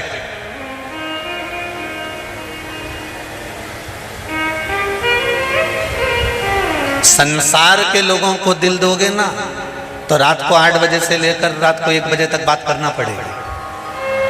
बोलो सही है कि गलत है? जब तक नेट खत्म नहीं हो जाए। और परमात्मा को अगर दिल दिया है तो तुलसीदास जी लिखते हैं आदि में पुनि।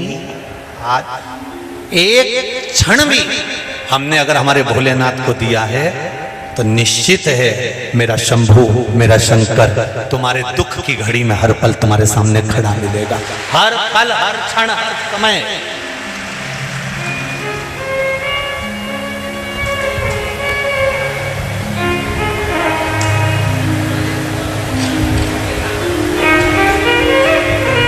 छोड़ेगा नहीं।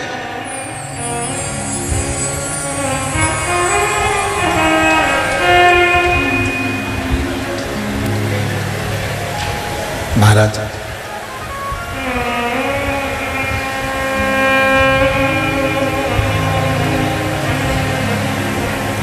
भक्ति और मुक्ति सहज होना चाहिए। धीमा बजाओ भोलानाथ डमरू, धीमा बजाओ, धीमा बजाओ भोलानाथ डमरू, धीमा बजाओ, धीमा बजाओ भोलानाथ डमरू, धीमा बजाओ, धीमा बजाओ भोलानाथ डमरू, धीमा बजाओ, धीमा बजाओ भोला, धीमा बजाओ, धीमा बजाओ भोला, धीमा बजाओ, धीमा बजाओ भोला, धीमा बजाओ, धीमा बजाओ भोला, धीमा बजाओ, अरे धीमा बजाओ भोलानाथ डमरू, धीमा बजाओ, धीमा बजाओ भोलानाथ डमरू, धीमा बजाओ, ओ धीमा बजाओ भोलानाथ डमरू, धीमा बजाओ, धीमा बजाओ भोलानाथ डमरू, धीमा बजाओ। भाव से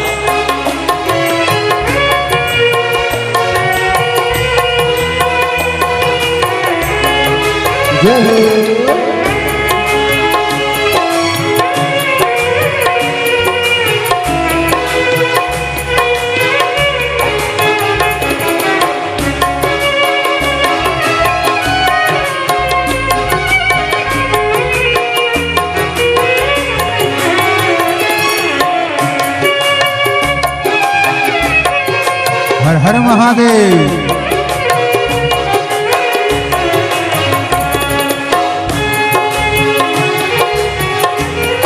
जय हो।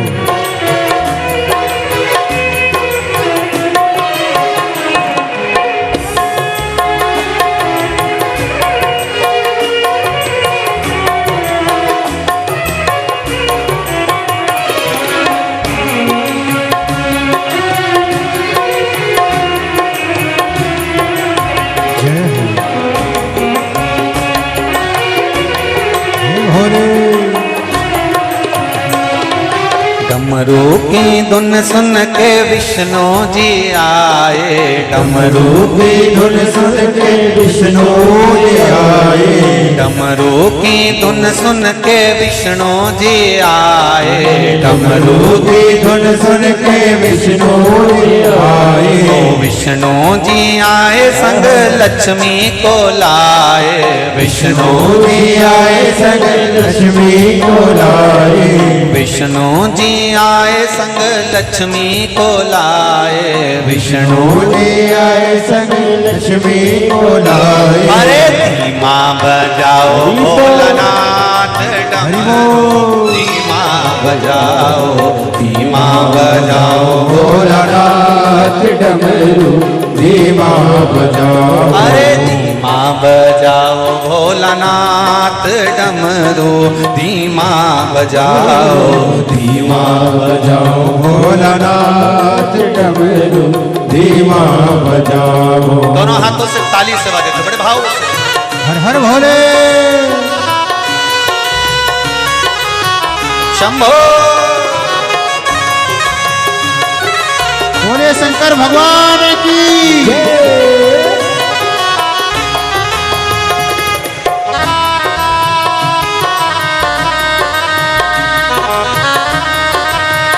जय भोले।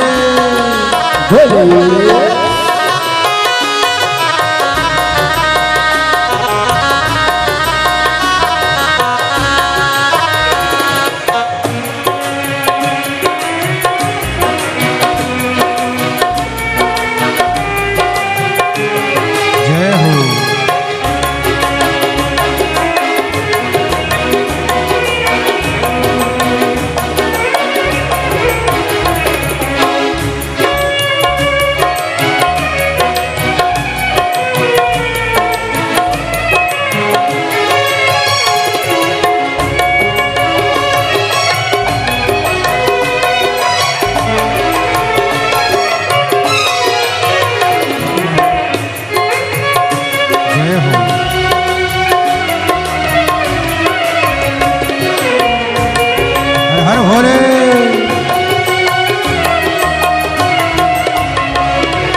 डमरू की धुन सुन के ब्रह्मा जी आए, डमरू की धुन सुन के ब्रह्मा जी आए, ब्रह्मा जी आए संग ब्रह्मणी को लाए, ब्रह्मा जी आए संग ब्रह्मणी को लाए, ब्रह्मा जी आए संग ब्रह्मणी को लाए, ब्रह्मा जी आए संग ब्रह्मणी को लाए। अरे धीमा बजाओ हरि हरि बोल। धीमा बजाओ, धीमा बजाओ भोलानाथ डमरू धीमा बजाओ, ओ धीमा बजाओ भोलानाथ डमरू धीमा बजाओ, धीमा बजाओ भोलानाथ डमरू धीमा बजाओ, ओ धीमा बजाओ भोला धीमा बजाओ, धीमा बजाओ भोला धीमा बजाओ, ओ धीमा बजाओ भोला धीमा बजाओ, धीमा बजाओ भोला धीमा बजाओ, अरे धीमा बजाओ भोलानाथ डमरू धीमा बजाओ, धीमा बजाओ भोलानाथ डमरू धीमा बजाओ। जय हो। जितने लोग पंडाल में 1 2 3 पंडाल और पंडाल से बाहर और जितने लोग सामने की बिल्डिंगों की छत पर खड़े हैं, जितने बिल्डिंगों की छत पर खड़े हैं वो भी दोनों हाथों से ताली सेवा देते हुए बड़े प्रेम से दोनों हाथों से जय हो।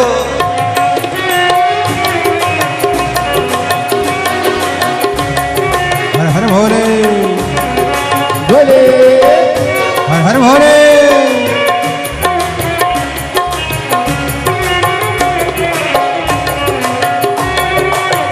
बम बम लहरी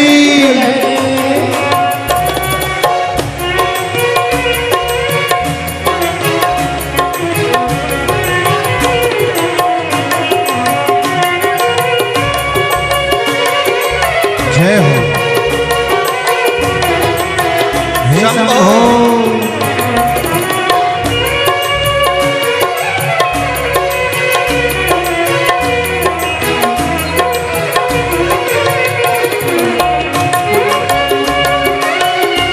हे भोले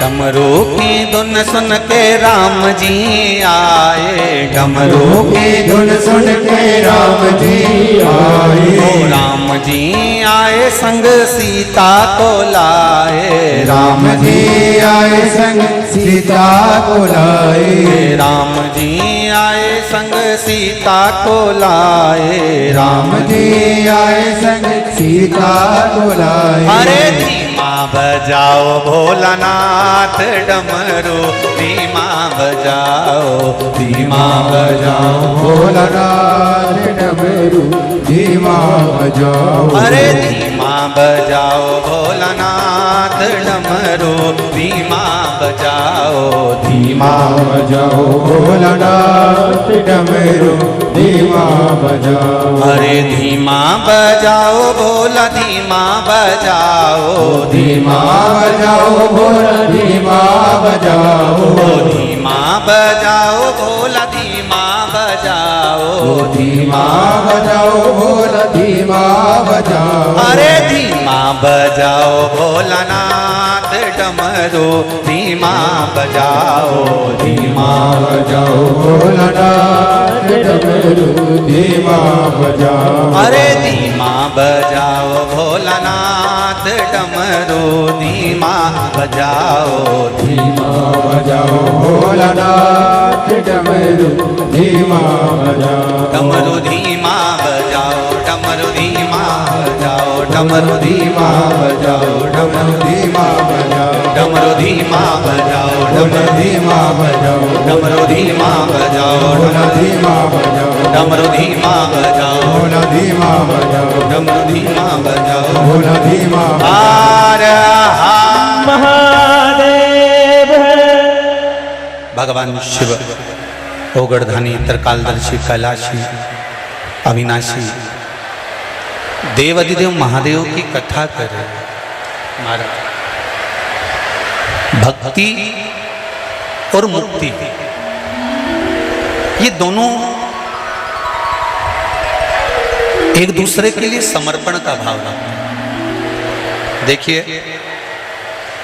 सावन के महीने में कथा सुन रहे हो और देवाधिदेव महादेव की पावन शिव महापुराण के सामने सुन रहे हो, और वो भी इधर ओंकारेश्वर उधर महाकालेश्वर, बीच में बैठ के कथा सुन रहे हो। दिल से शिव महापुराण के मूल मंत्र का जाप करेंगे और बाबा से निवेदन करेंगे। अपने दिल की बात इस मंत्र को, शिव महापुराण के मूल मंत्र को बोलने के बाद बाबा से जरूर कहें।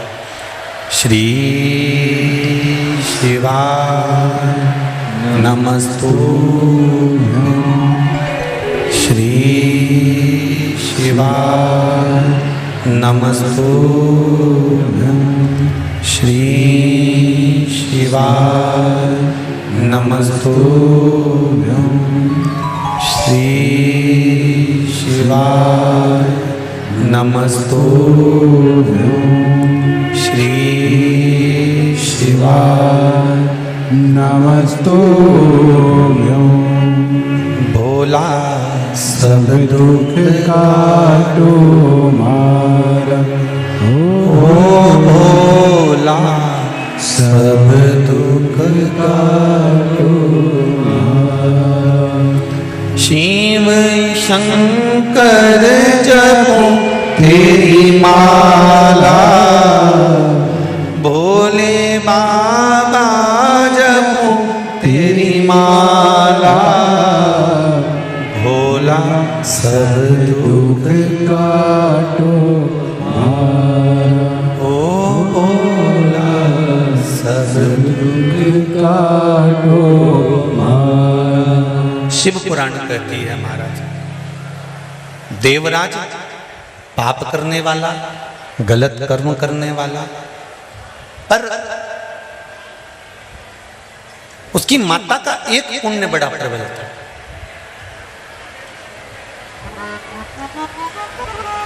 फिर कहेंगे बच्चों को कार दिलाओ मना नहीं है, पर बच्चों को पहले संस्कार दिलाओ। कार दिलाओगे तो बच्चे बेचकर खा जाएंगे, और बच्चों को अगर अच्छे संस्कार आ गए तो कारों की लाइन लगा देंगे, ये निश्चित है। देवराज की माता शिव मंदिर में जाती थी और एक लोटा जल समर्पित करती थी। उसका नियम था, उसका भाव था, नियम था। और वो एक लोटा जल कब काम आया? जिस समय पर देवराज के तन पर बुखार आया, शरीर तपने लगा, चोरी का सामान ले जाकर शंकर जी के मंदिर में रखकर चुपचाप, ठंड लग रही थी तो दुबक कर बैठ गए। कोई वस्त्र नहीं है उसके पास, पर शरीर को दुबक कर शिव मंदिर के अंदर बैठ गया। वहां कोई विद्वान ब्राह्मण, मस्तक पर त्रिपुंड लगा हुआ है, कंधे पर जनेऊ पड़ी हुई है, गले में रुद्राक्ष की माला है, और ब्राह्मण शिव महापुराण का पाठ कर रहा था। ब्राह्मण जब शिव महापुराण का पाठ कर रहा था तो थोड़ी थोड़ी देर में वो मुख से हर हर महादेव बोल रहा था।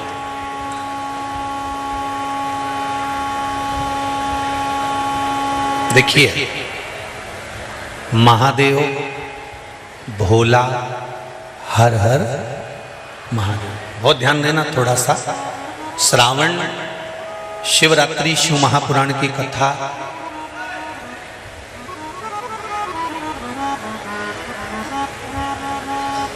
खेड़ापति और लक्ष्य सेवा संस्थान द्वारा चल रही है। इसमें आपको 3 चीजों का स्मरण करना है: महादेव, भोला और हर हर महादेव।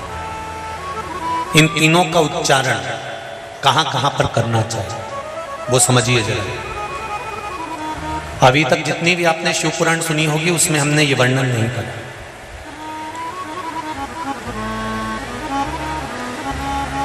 चाहे तो आप पुरानी शिव पुराण यूट्यूब पे डली हुई आप निकाल कर सुनना, उसमें हमने ये वर्णन नहीं करा। पर श्रावण महीने की शिवरात्रि शिव महापुराण की कथा यहाँ चल रही है, उसमें 3 चीजों का वर्णन बड़ा विशेष आया है। महादेव, जम के बोलो पहले, महादेव। दूसरा नंबर पर है भोला, जिसको कहते हैं भोला शंकर। तीसरे नंबर पर है हर हर। इन 3 उच्चारण को व्यक्ति को, वैसे तो आप कभी भी महादेव बोलो, हर हर महादेव बोलो, भोला शंकर बोलो, मना नहीं है, पर इन 3 उच्चारणों को कहीं कहीं बहुत जरूरी में ले लेना चाहिए। पहला, जब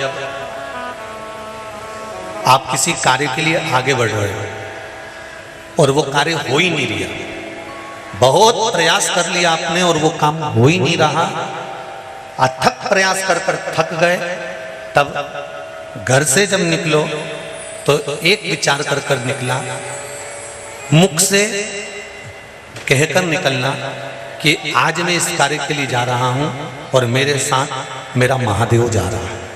कौन जा रहा है? महादेव जा रहा है। वापिस आओगे, ज्यादा से ज्यादा ये होगा 15 दिन, 20 दिन, 25 दिन, 30 दिन लगेंगे। जो कार्य कर आए हो उसका रिजल्ट आपके पक्ष में जरूर आएगा, क्योंकि महादेव को आप साथ लेकर जाते हैं।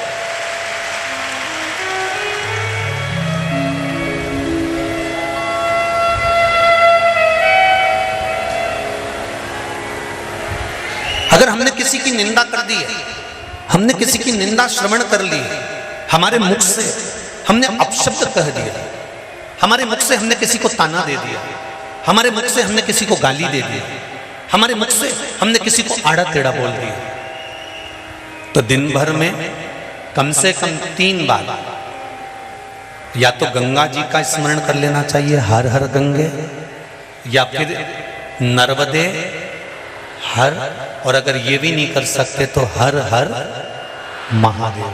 3 बार मात्र स्मरण कर लेने से जीव के मस्तक का जो पाप है वो क्षीण होने लगता है, समाप्त। तीसरे नंबर पर है भोले शंकर।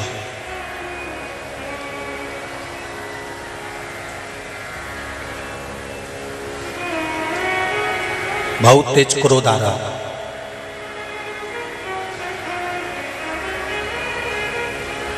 दो निर्णय पर आप बैठे हुए हो।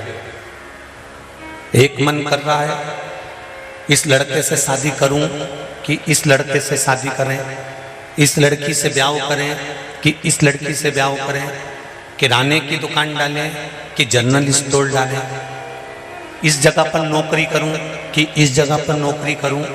उस समय पर जब 2 नाव सामने खड़ी है और एक नाव पर सवार होना है, उस समय पर एक बेलपत्र लेकर, भोले शंकर का नाम लेकर, एक बेलपत्र लेकर, भोले शंकर का नाम लेकर, बेलपत्र के पेड़ के नीचे ही रखकर निर्णय ले लिया करो, वो निर्णय तुम्हारा सफल होगा, कभी भी निष्फल नहीं। एक बेलपत्र का बल कितना प्रबल है, स्कंद पुराण भी कहती है कि बेलपत्र का एक पत्ता, मात्र केवल एक बेलपत्र का पत्ता हमारे जीवन में सुख प्रकट कर देता है। एक पत्र आया, देखिए,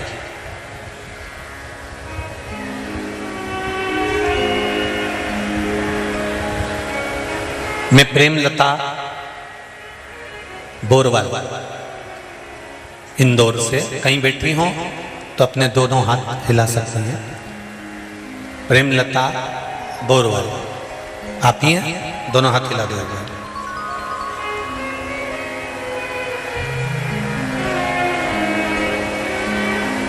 हाँ दीदी दिख गए, हर हर महादेव। मैं प्रेमलता बोरवाल इंदौर द्वारकापुरी में निवास करती हूँ गुरुजी।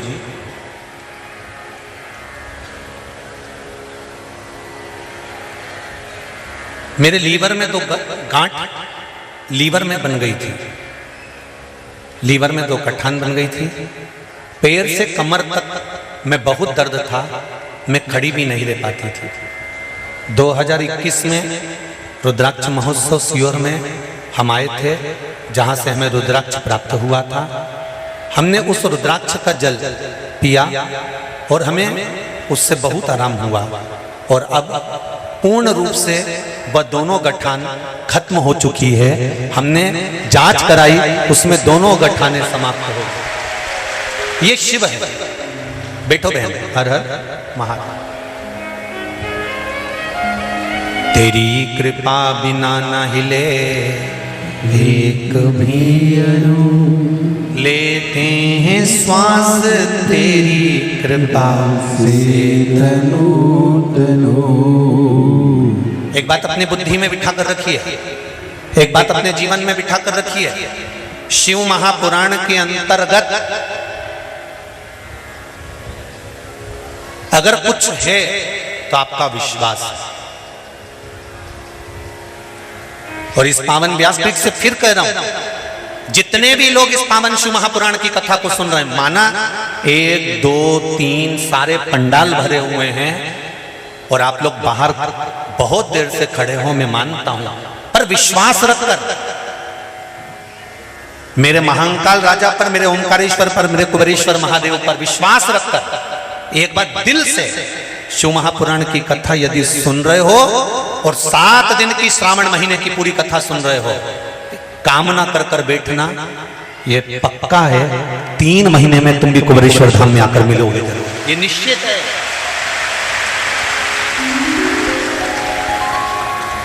पर विश्वास के साथ में कथा सुनना, दृढ़ता के साथ में सुनना, आपके भरोसे के साथ सुनो, वो मिलेगा।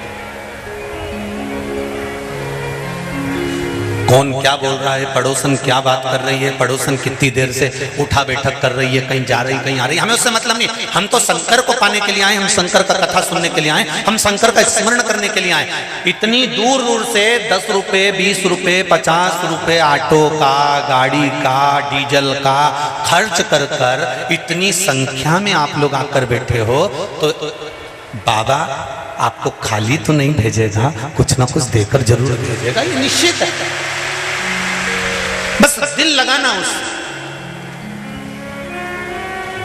उससे एक बार अगर दिल लग गया ना, फिर कहीं नहीं भटकना पड़ेगा। हम पहले भी कथा में बोले, आज फिर बोलते हैं, अगर किसी से दिल लगा लेते हैं ना, तो आधा खर्चा तो वही उठाता है। ये तो केवल फोन करके बोल देती है मेरा बैलेंस खत्म हो गया। बापड़ा के पास कहीं नहीं, वो के पास कुछ भी नहीं, कहीं से भी लाएगा पर बैलेंस डलवाए।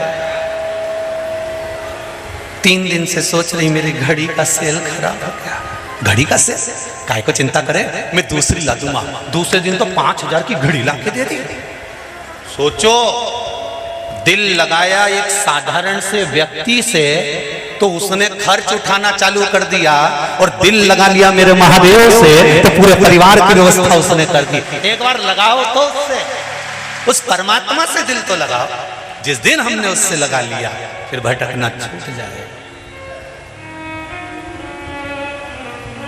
फिर क्यों भटकेगा मनुष्य?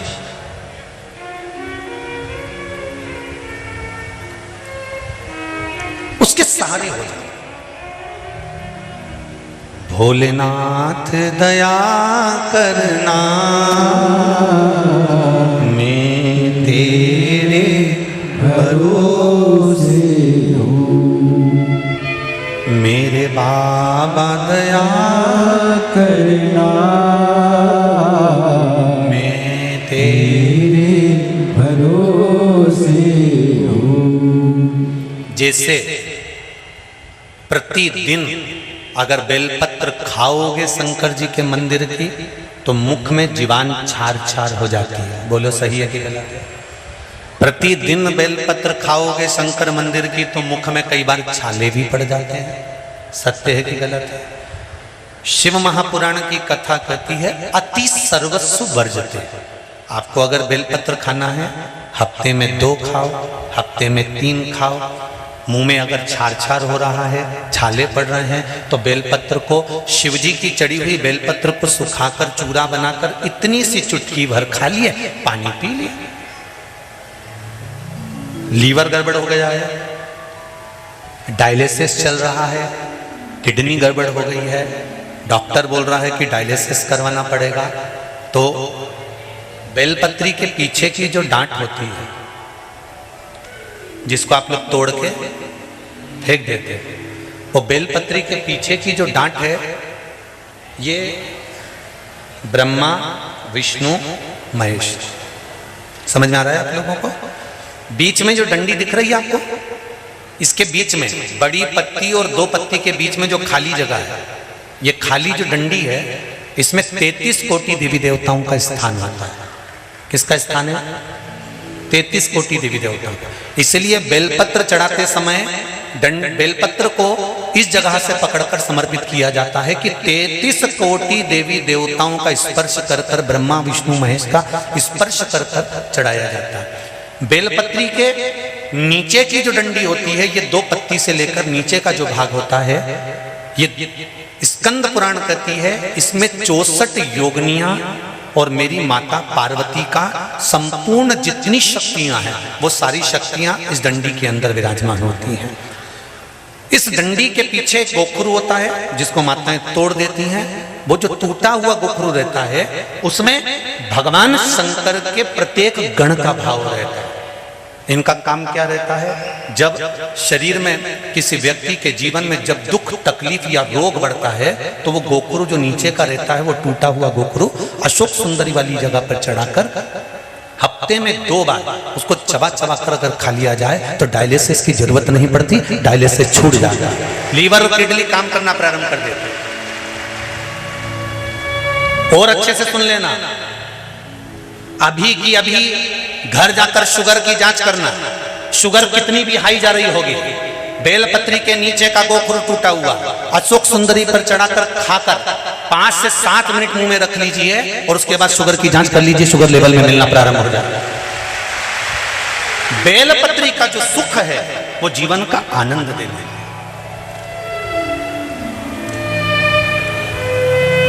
साधारण नहीं है बेलपत्र।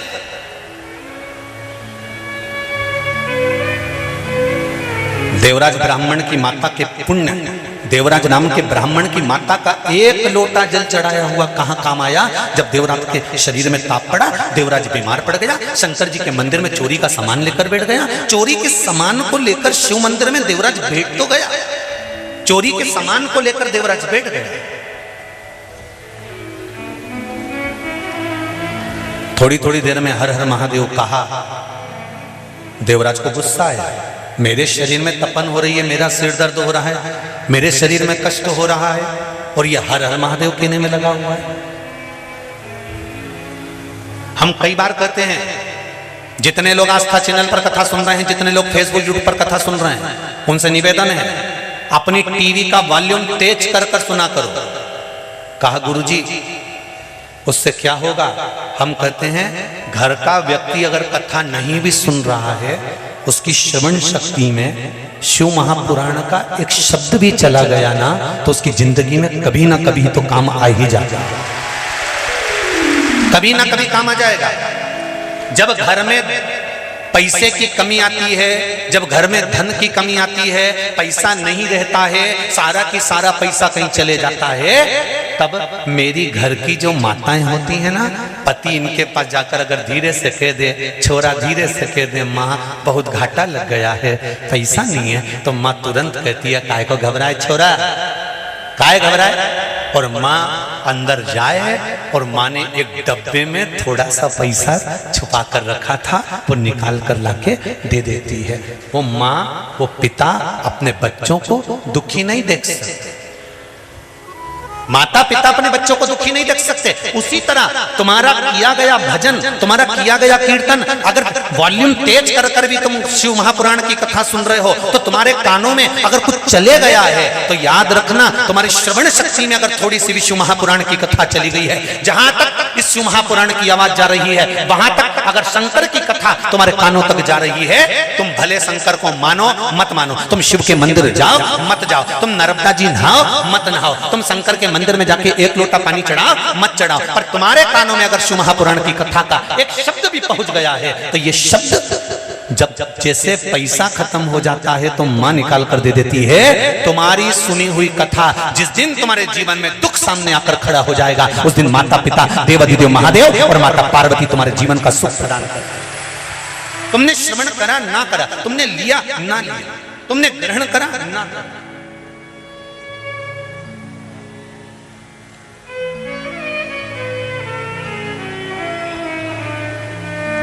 कई लोग कहते हैं महाराज जी इतने सारे लोग आते हैं, क्या सभी लोग आपकी कथा सुनते हैं?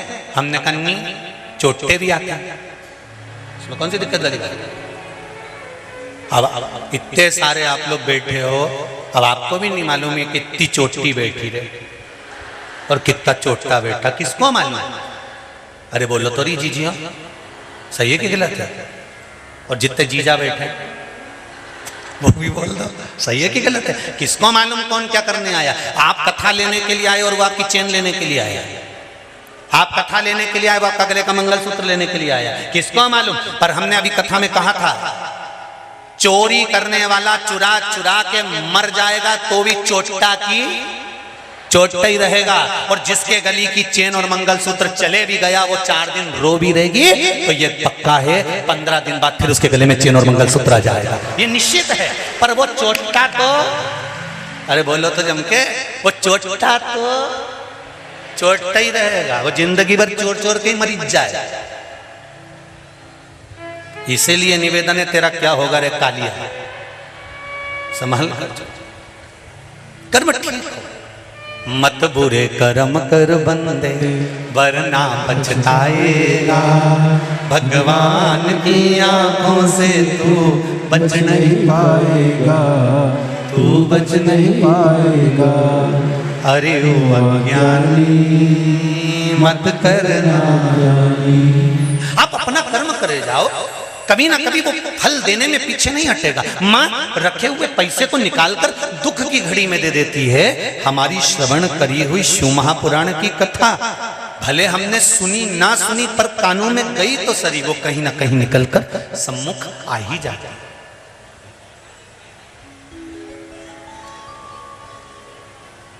देवराज बाहर निकला मंदिर से, प्राण छूट रहे, उसको नहीं मालूम कि बेलपत्री के पेड़ के नीचे मेरे प्राण छूट रहे। सनातन धर्म में, सनातन धर्म के अंदर एक एक व्यक्ति को मालूम होगा कि जब मुर्दे को लेकर जाते हैं, राम नाम सत्य कहते कहते कहते कहते मुर्दे को जब लेकर जाते हैं तो एक जगह मुर्दे को उतारना पड़ता है। बोलो सही है कि गलत है? एक जगह पे मुर्दे को नीचे उतारना पड़ता है, और वहां उतारने के बाद थोड़ी देर बैठ जाते हैं, उसको कहते हैं विश्राम स्थल। मुर्दे को जहां रखा जाता है, अर्थी को जहां रखा जाता है, विश्राम कराया, फिर वापस उठाया, शमशान में लेके चले गए, चिता बनाई, आग लगी। उस विश्राम स्थल को क्यों बनाया जाता था? वो विश्राम स्थल कब से बनना चालू हुआ? शिव महापुराण की कथा कहती है, देवराज मंदिर से बाहर निकला, बेलपत्री के पेड़ के नीचे बैठा था और उसको प्राण छूट गए। उसका ताप बढ़ गया, शरीर में रोग बढ़ गया, प्राण छूटने का समय आ गया। बेलपत्री के वृक्ष की छांव में देवराज के प्राण छूटे, इसलिए उसको यमराज बंदी बनाने के लिए नहीं आए, देवाधिदेव महादेव ने अपने गणों को भेजा, शंकर खुद उसको लेने के। ये हमारे सनातन धर्म की नींव है, ये हमारे सनातन धर्म का एक भाव है। कि मुर्दे को लेकर जाते हैं, अर्थी को लेकर जाते हैं, तो एक जगह उतारते कहां थे? जहां पर बेलपत्री के पेड़ की छांव होती थी, अर्थी को वहां पर रख दिया जाता था, थोड़ी देर बैठ जाते थे। क्यों? क्योंकि अर्थी के ऊपर जो मुर्दा बंधा हुआ है, उस पर बेलपत्री के वृक्ष की जब छांव पड़ती है, तो उस जीव को ना तो पिंडदान की जरूरत होती है, ना तर्पण की जरूरत होती है, उसकी मुक्ति तो वहीं से हो जाती है। पिंड और तर्पण की जरूरत भी नहीं पड़ती, उसकी मुक्ति सहज हो जाती है। मात्र बेलपत्री के वृक्ष की छांव पड़ जाने पर उसकी मुक्ति सहज है।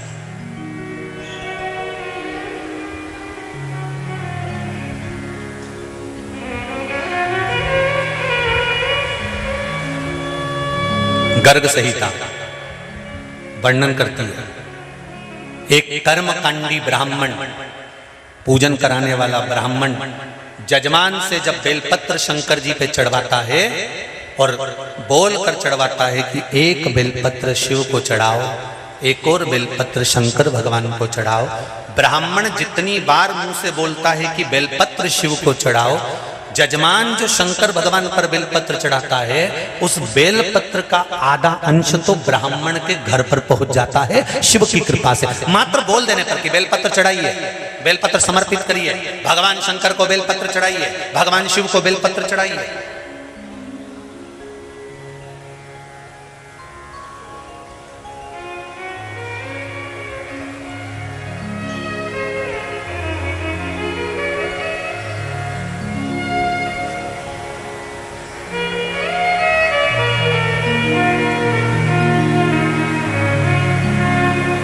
शिव कृपा का फल है।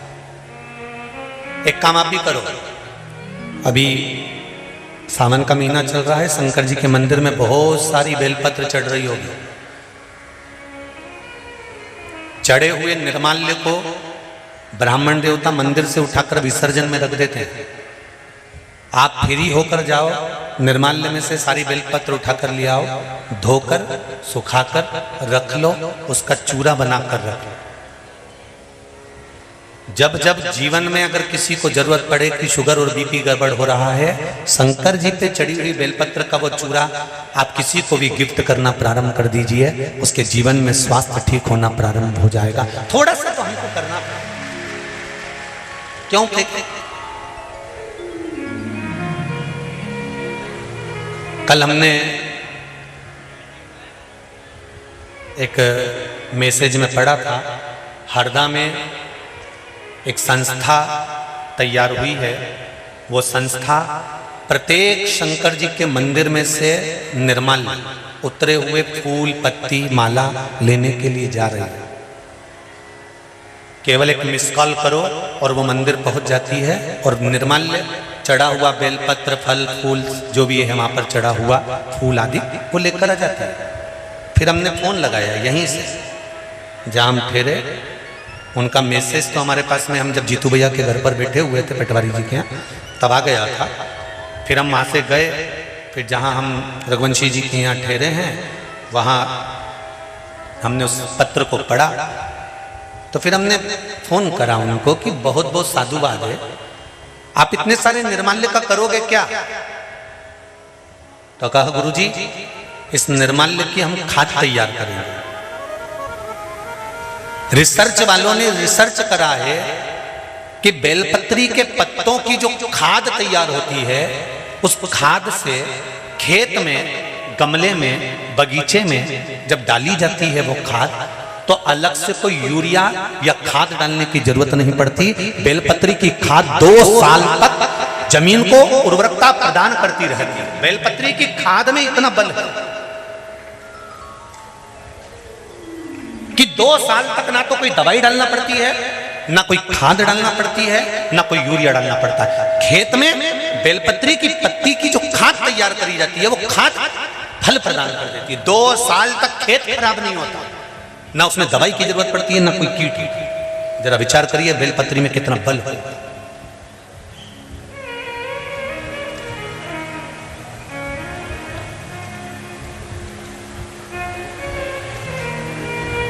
अब हम थोड़ा सा करें, शिव मंदिर में जाना, देवराज ब्राह्मण के प्राण बेलपत्री के पेड़ के नीचे छूट रहे हैं, प्राण छूटे देवराज के, और शंकर भगवान उसको नंदी पर बिठा कर लेकर जा रहा है। जरा विचार करना, दिन भर चोरी करता था, दिन भर कपट करता था, दिन भर बेईमानी करता था, दिन भर प्रपंच करता था, दिन भर गलत काम करता था, उसके बाद भी उसके प्राण लेने के लिए कोई दूसरा नहीं आया, मेरा देव अधिदेव महादेव आया, नंदी पर बिठाया और लेकर चल दिया।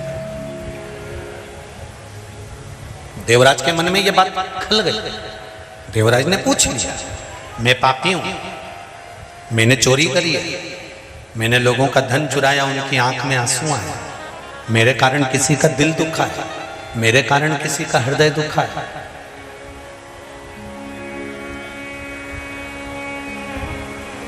मेरे कारण किसी ना किसी को दुख हुआ है।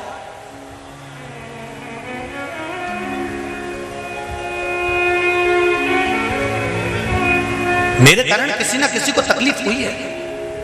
तो देवराज कहते हैं कि जब मेरे कारण किसी को दुख हुआ तो मैं शंकर भगवान के धाम कैसे जा सकता हूं? अरे भाई, जो जीते जी भगवान के मंदिर चले जाता है, जो जीते जी शिवालय चले जाता है, जो जीते जी शंकर भगवान के मंदिर में चले जाता है, जब तक भगवान के पट खुले हैं आप शंकर के मंदिर जाते रहो, जब तक भगवान का द्वार खुला है आप भगवान के द्वार जाते रहो। मरने के बाद तो ये शरीर अगर लेकर भी जाएंगे और पंडित जी को मालूम पड़ गया कि सामने से मुर्दा आ रहा है तो तुरंत भगवान को पर्दा लगा दिया जाता है कि मुर्दा निकल कर जा रहा है, जल्दी से पट बंद कर दो। मुर्दा निकल कर जाता है तो मंदिर के द्वार भी बंद कर दिए जाते हैं, मुर्दा निकल कर जाता है तो मंदिर में पर्दा डाल दिया जाता है, मुर्दा निकल कर जा रहा होता है तो भगवान को राजभोग नहीं कराया जाता, मुर्दा निकल कर जा रहा है तो भगवान को आचमन नहीं कराया जाता। जब पंडित जी को मालूम पड़ के जाए कि यहां से मुर्दा जा रहा है तो पंडित जी तुरंत पर्दा लगा देते हैं कि मुर्दा निकल जाने दो फिर भगवान को राजभोग कराएंगे, मुर्दा निकल जाने दो फिर भगवान को जल पिलाएंगे, मुर्दा निकल जाने दो भगवान को आचमन करा देंगे, मुर्दा निकल जाने दो फिर भगवान की आराधना कर लेंगे, फिर पट खोल देंगे। भगवान समझा रहा है कि जीते जी मेरे मंदिर में आ, मेरा दरवाजा खुला है,